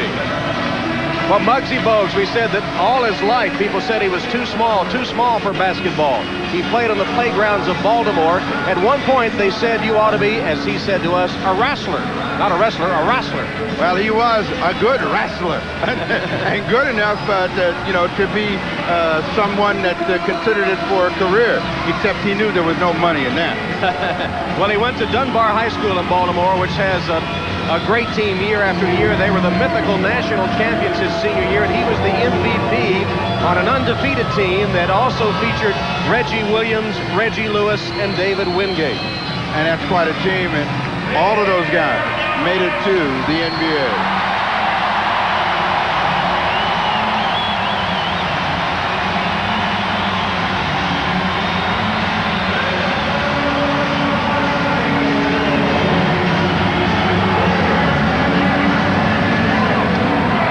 Ewing had 4 points.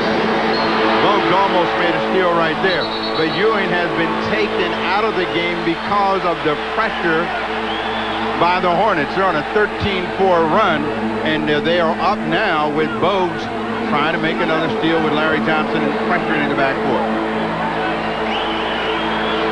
Hubert Davis is on for the Knicks.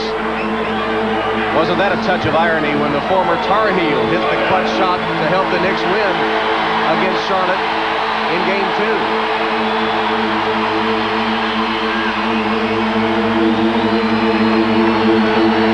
You can see that the Knicks are now forced to set up deep and against the clock. Ewing, tough shot. And Anthony found him with a pass. Ewing put it through, reversed it up for his 22nd point. Curry misfires a three-pointer. Ewing, quick outlet to Anthony. Lob, wide open Smith. Anthony with 2 consecutive assist passes.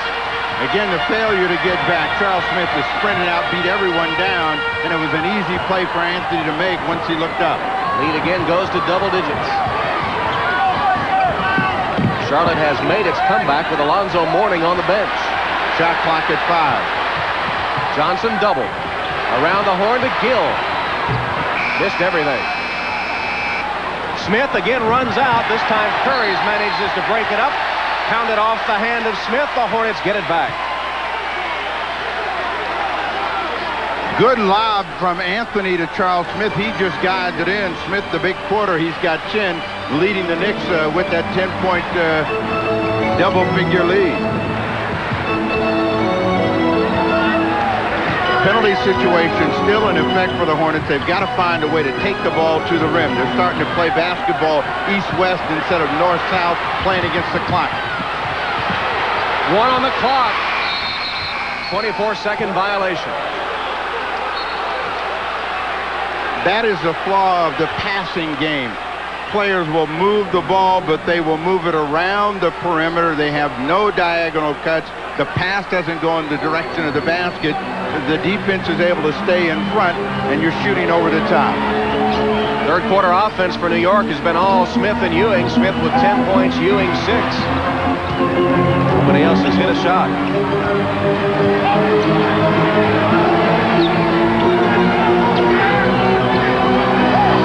Ewing. Why not? It's one of those days. And he has not really been forced to shoot bad shot in this game. In game 3, he loaded up and missed a lot. Buggs can't handle it. Knocked away from Gaddison. Hornets retain it. In game 3, Patrick Ewing hoisted up 31 shots, and very few of them were inside. The exact opposite is the story today. Very few perimeter tries for Ewing. He's 11 of 12 in this game.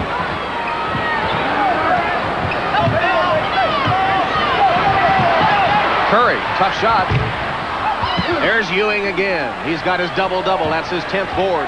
As Ewing looked up, Anthony Mason was open for an easy long pass.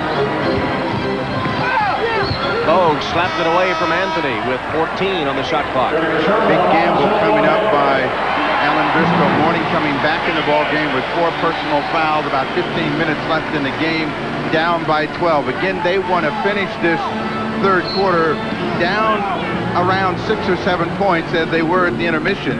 And they had a run going, but they've broken down. Let's see if they can get the pressure back. Just under 3 minutes left in the quarter.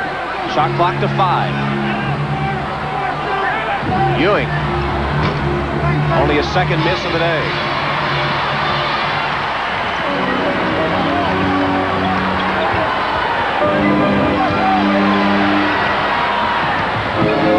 Inside to Johnson over Mason. That'll be a goaltend. I don't think it was going to go in. Bad move by Ewing. Plus a foul on Mason of New York. They are looking for some divine intervention, and maybe it's going to come after this goaltend by Patrick Ewing, but they have struggled to find a way to get an inside game going consistently against the Knicks this afternoon. 3-point play by Larry Johnson. That's his 16th point. Johnson only with 1 rebound today. He's averaging 8 rebounds a game in the playoffs. You'll notice that the pressure on the ball will not be nearly as great with Bogues out of the game. Tony Bennett has replaced him. Anthony shoots over Bennett and scores.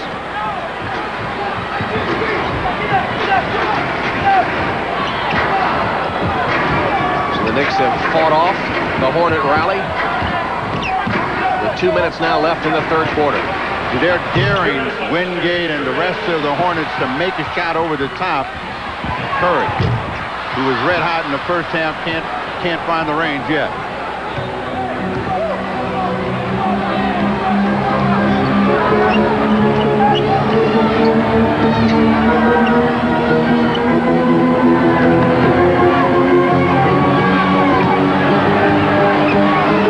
Ewing takes it to the hoop against Mourning. That one came up short.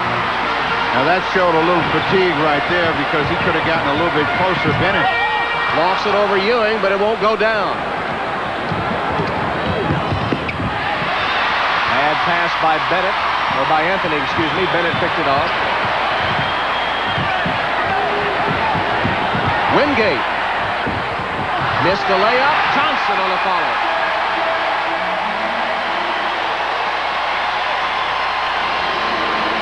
Johnson tops the Hornets with 18 inside the final minute of the third.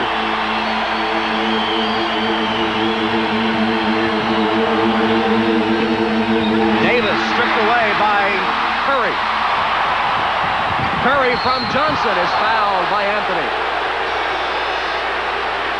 Flagrant foul. It'll be 2, and on the side, they get a good steal from Dale Curry that knocked the ball loose, and then Larry Johnson got the ball in the middle, made a good decision with the pass, a quick diagonal pass right at the rim. So 2 plus the ball for the Hornets as they try to rally here in the final seconds of the third quarter. Again, and this is one of the few times that the Knicks have been beaten in transition. They have been the team that's done the fast breaking and the running.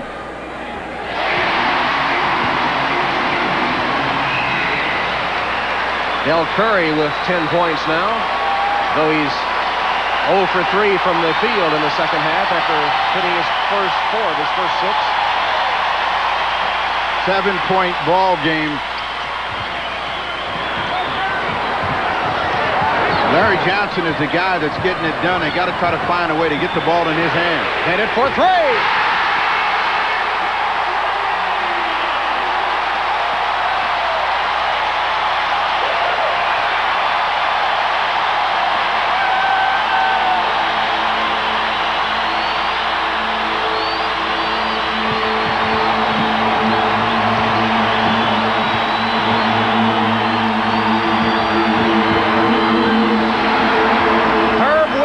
Another clutch hoop, just like the first half.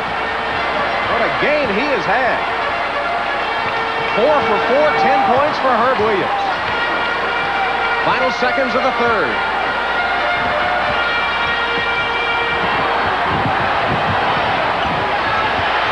Crowd yelling for a shot from Curry. Top fall away, won't go. And the third quarter comes to an end. But Larry Johnson has the Hornets swarming. They pull back within 6 points behind 18 from LJ. At the end of 3 periods in Charlotte, the New York Knicks 80, the Charlotte Hornets 74. Not be retransmitted, reproduced, or rebroadcast without the express written consent of the NBA.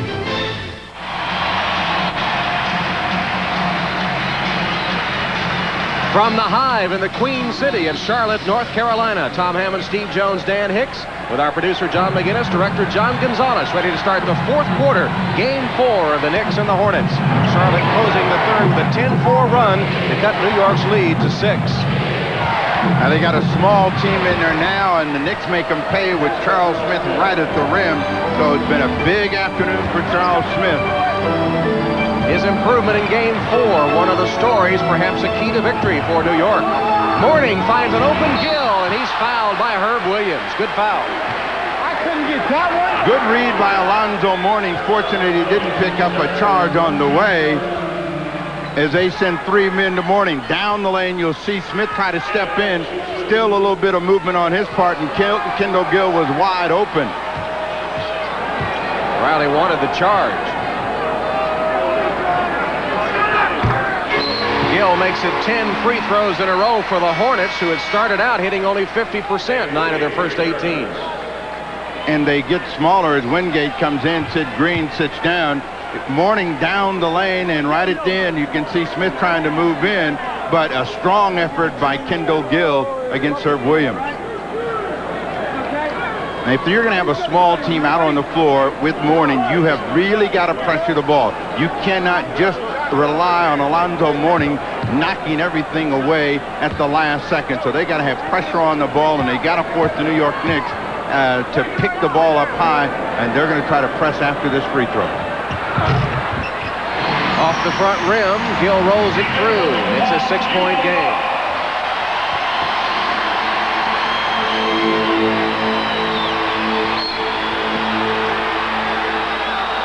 David Wingate whistled.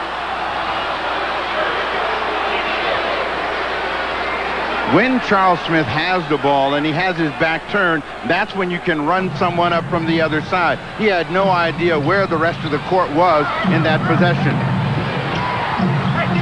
Smith finds an open Davis. Assist by Smith. He's had a big one.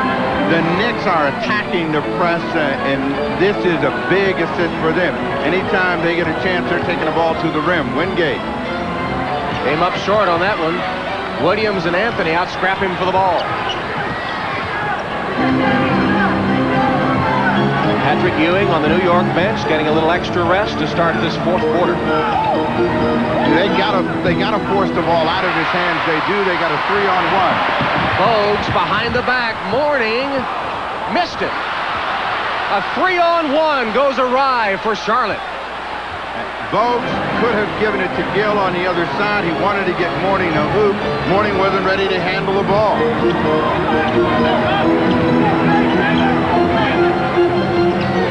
And Mason needs to try to turn inside. They get an illegal defense. David Wingate. First illegal call against Charlotte. Charles Smith is saying, "Coach, why are you taking me out now? Killing these guys." Tough afternoon for Alan Bristow's Hornets. can see Mourning trailing the play, not ready to catch the ball. Then they step in, throw his rhythm off, so they come up with nothing after a good defensive effort. They got to have a score after every one of these to keep building the momentum and keep the energy intensity up. Anthony off the screen, lost it.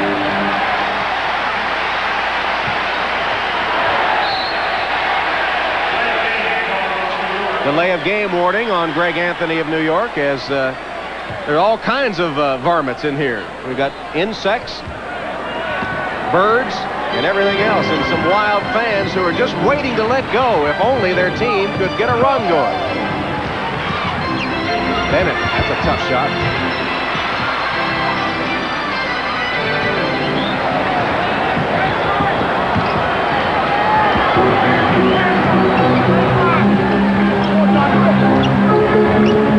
It's an 8-point game, and what the Hornets have got to think is that their pressure has got to take effect, and they've got to try to continue to pressure the ball. Don't leave easy lanes open.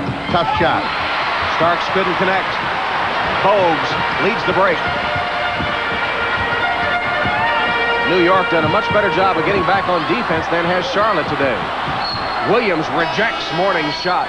The good thing about having Herb Williams is they lose no shot blocking. He comes over and knocks that Mourning try away to keep the Knicks on the lead.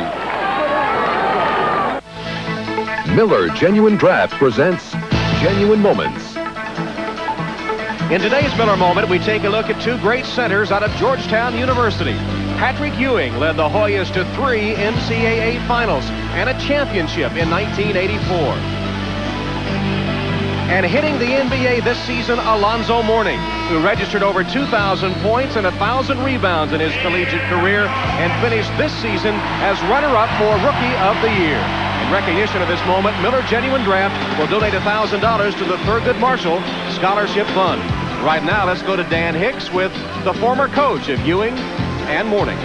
All right, thank you very much, Tom. Obviously, Georgetown coach John Thompson with a rooting interest, or do you have a rooting interest for either Patrick or Alonzo, your former pupils?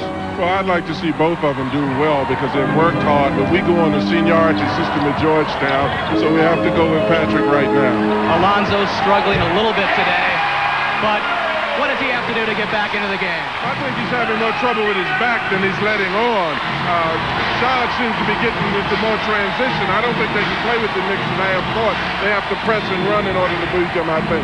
All right, the words from the coach. Back to you, Tom.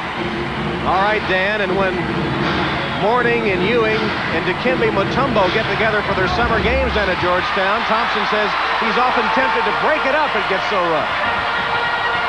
Certainly proud of these two young men, Ewing and Mourning, on display today. Johnson tries to muscle his way in and is fouled. And no, knocked it out of bounds. It'll be Charlotte's ball under their own basket. In case you're wondering, for an update, Ewing 24 points, 10 rebounds. Mourning 10 points, 5 boards. Mourning's hit only 3 of 15 shots. Ewing is 11 of 14.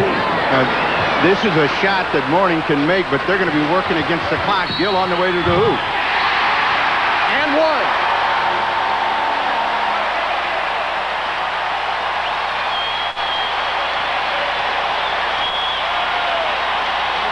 The reason this play works, they get a cutter going to the basket, and before the shot blocking Ewing can get there, you see the results from Kendall Gill.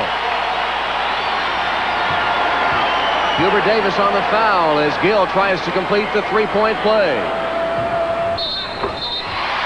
They got to wipe it out because Mourning stepped across the line, and instead of stepping back because Gill hadn't released the ball, he just stayed there. He is having just a putrid day.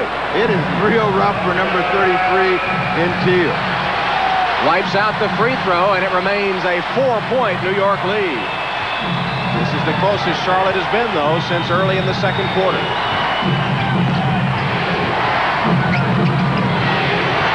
Deflected pass, picked off by Charlotte. Johnson, nice fake of Mason. Bogues left open, won't shoot. Almost threw it away. Gill lets it fly. Mourning with a tough board, and he got it.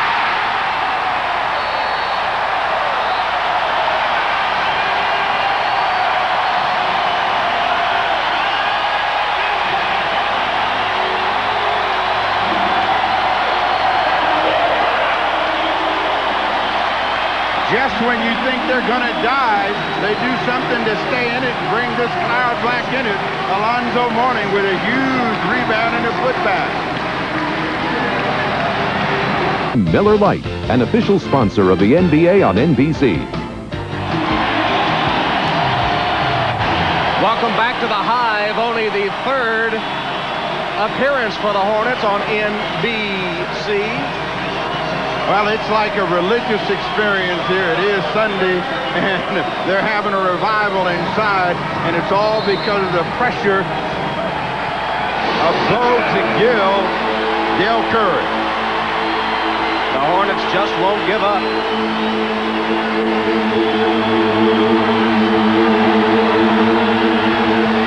Here comes the double team. Starks got rid of it. Shot clock to 6. Ewing on double. Oakley, top of the key. Charlotte can tie. Gill. Rebounded by Oakley. Ewing caused him to change the shot. Now, good effort by Kendall Gill. He went strong to the rim and made Ewing come. Defensively, the Hornets are now got a game plan where they're going to force the Knicks to beat them over the top of the defense. They're doubling the ball whenever it comes inside. Ewing, outside shot.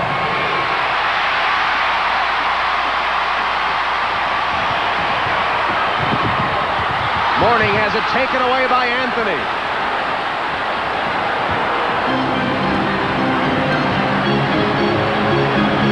Two consecutive times Charlotte has missed on a chance to tie the game.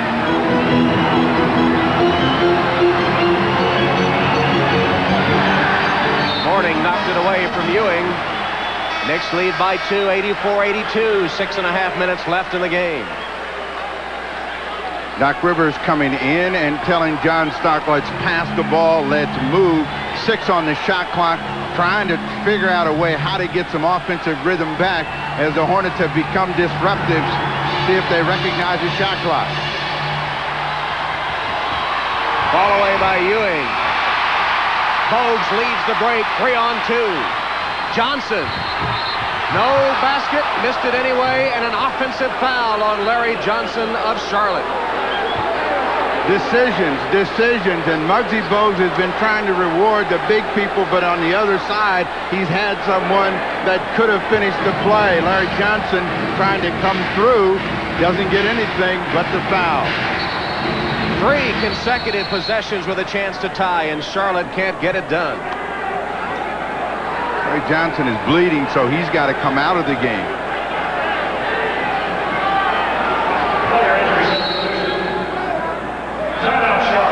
And Charlotte will take a timeout. It comes with 6:20 left in the game, and the Knicks desperately clinging to an 84-82 lead.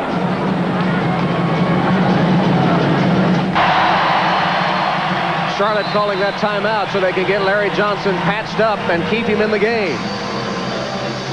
New York has gone scoreless for nearly 5 minutes, but Charlotte just can't get over the hump. They still trail by 2. Trivia question, name the Knicks to score the last basket. Been so long ago. Hubert Davis at 11:15 of the fourth quarter. The Knicks have not scored then. Now the Hornets haven't scored in the last 150. Knicks clinging to a 2-point advantage. Pick and roll. Ewing screening for Rivers. Instead around the horn as Ewing posts up on Mourning. Bad pass. Gill has Curry. Followed by Johnson. The game's tied.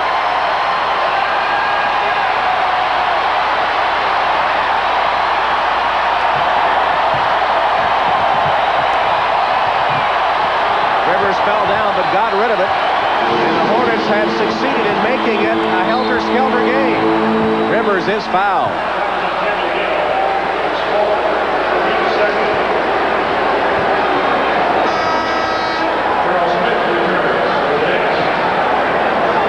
Smith comes back in the ball game. Oakley, who had been so strong in the first 3, has not been able to get into this one. He will sit down at double figures in every ball game, double figures in rebound. Doc Rivers trying to get the lead back for the New York Knicks. 1. A long time since the Knicks had scored. Their last 9 possessions, they turned it over 4 times and missed shots the other 5. Doc Rivers, perfect in 9 free throw attempts today. Doc was what they needed to get by the Indiana Pacers, and we'll find out whether he comes up big here in the final 5 minutes. Knicks lead it by 2. Mourning fumbles. And you heard John Thompson say that Mourning is having problems with his back, and it obviously is affecting something because he normally is not this fumbleitis. There have been balls where he has caught them dead blank at point-blank range, and he has not been able to catch the ball or complete the play. Charlotte turns it over, 5:20 left. Rivers chases it down. Ewing got right by Mourning to the rim. New York leads 88-84. Gill with a long-range 2. 21 points, best performance yet by Kendall Gill. Gill had 27 against Boston, 30 in one game against the Celtics. This is his best semifinal series performance. There's John Starks with a quick hoop for the Knicks.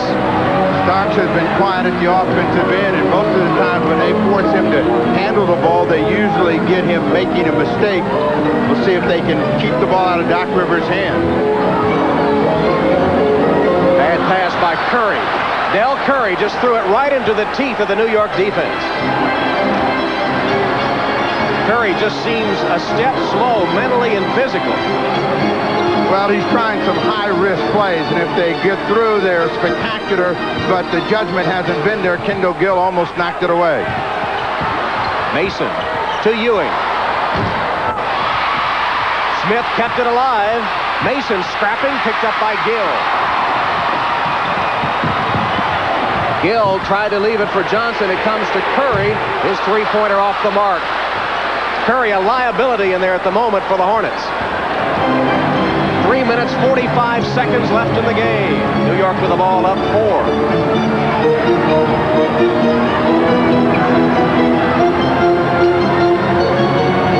Mourning made a good defensive play. Bogues through traffic is fouled by Rivers. Tackled is what he was. And Bogues is saying, I was going my way to the hoop, and Doc Rivers was on the floor. Third team foul against New York this quarter. 3 minutes, 26 seconds left. The Hornets have to remember that. There are 3 minutes and 26 seconds. They've got momentum. They don't have to try to make it all up in one play. Big block by Ewing.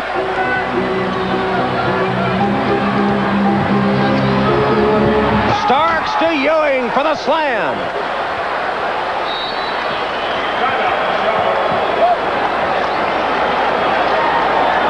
Patrick Ewing, 28 points as he threw that one down with authority. Once again, the Knicks weather the Hornets storm. Yesterday in San Antonio, the Spurs proved there's no place like home. Yes, Ewing with the throwdown, and then a little celebration as he lets the Hornets know he still has this game under control. New York led by 15 at one point in this game. The Hornets tied it up, but since then the Knicks have spurted back on top. They lead by 6.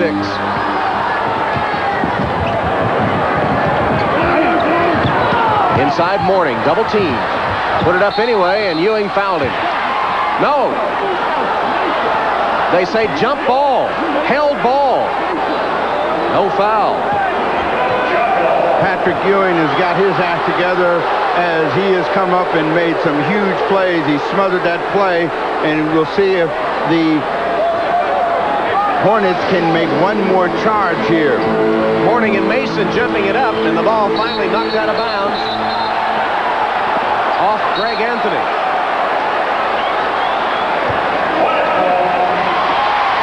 get another look at it, you'll see that Anthony had it. Now the ball bounced off his knee, just missed going off of Dale Curry. Kendall Gill blocked again. Charles Smith. And then scrapping for the ball. It's going to be, I think, a Patrick Ewing foul. Let's see.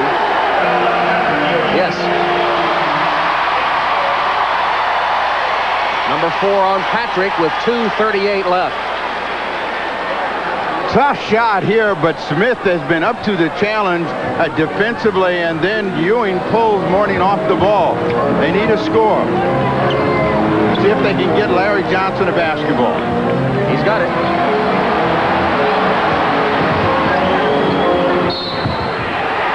It wouldn't go down. He was surrounded by 4 blue-jerseyed Knicks players. He'll shoot 2. Larry Johnson using his quickness to get inside, and there are 4 Knicks that swarm to the ball, almost going in. Larry Johnson will come back to the line. And again, what the Hornets have to remember, 2 minutes, 23 seconds. There's a lot of time left in the ball game. They're down 5, could be 4 if Johnson gets his free throw to go. And what they want to do is make sure that they do not give up easy opportunities to the New York Knicks. All-star out of UNLV. His 22nd point, and the Knicks lead is 4.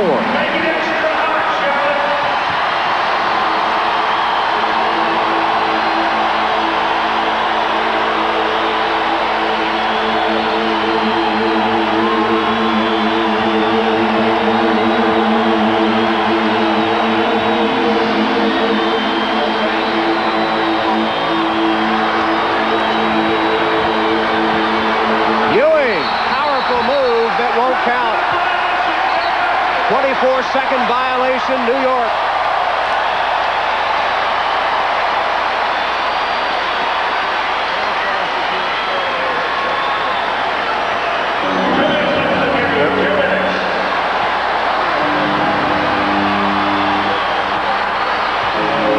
Inside 2 minutes. So they come back to Larry Johnson, and Johnson has an isolation.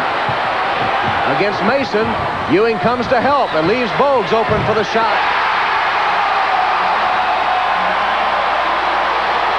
The lead is 2.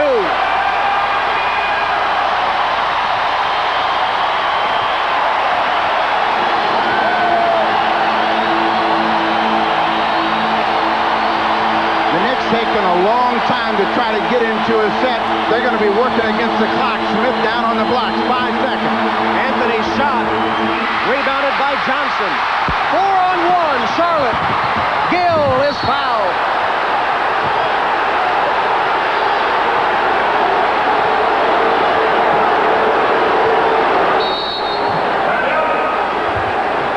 Four-on-one. John Starks trying to move in underneath. You get another angle. Starks trying to hope that he's there in time. Ball goes flying out of Gill's hands.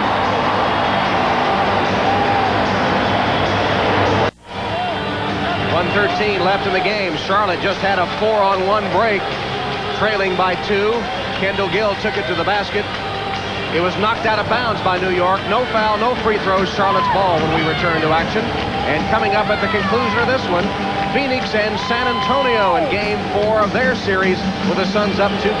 The Spurs breaking through for their first win of the series yesterday, right back in San Antonio today. Alan Bristow has burned his last timeout, so he's got to go 113 with no timeouts. The Knicks have 3. He's got a 20. And he also has a foul to give.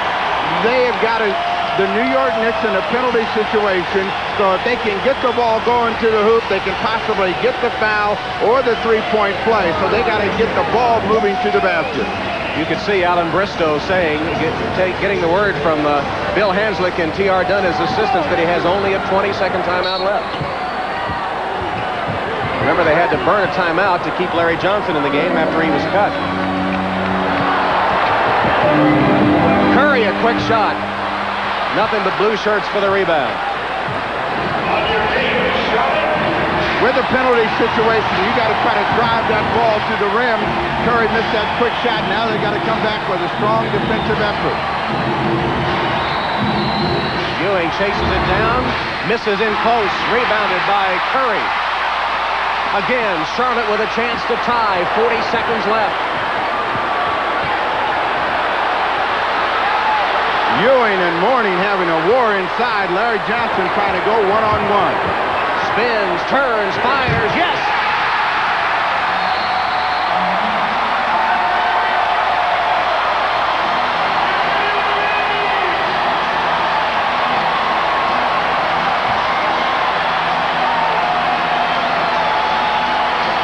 Larry Johnson had the same shot to win it in Game 3, ties it this afternoon.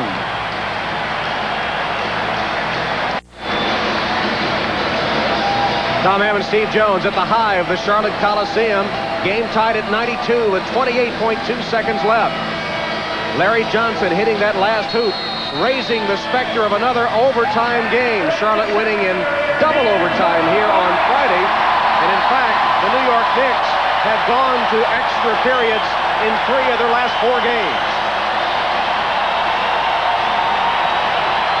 Losing only 1 in that string. 28.2 left. Score tied at 92. We would expect that Patrick Ewing will handle the ball. So the pressure has worked, but out on the floor comes Hubert Davis, who was huge in Game 2 and 3, knocking down open shots as they drove the ball to the hoop and kicked out to him. Blackman and Stark, Mason and Ewing. In that shot hit by Davis, it was Ewing that spotted him off the double team. They're going to try to spread the floor and get Hubert Davis in a position to where he may be able to get a shot. There's Davis against Gill. Shot clock to 5. Blackman. Yes! Charlotte only has a 22nd, and Bogues is calling for it as he pushes the ball up court. 22nd timeout is all Charlotte had left. The clock shows 3.9 as the much maligned Rolando Blackman. The papers in New York were saying he might be the forgotten man because of a subpar performance the last couple of games. Comes to the top of the key and hits.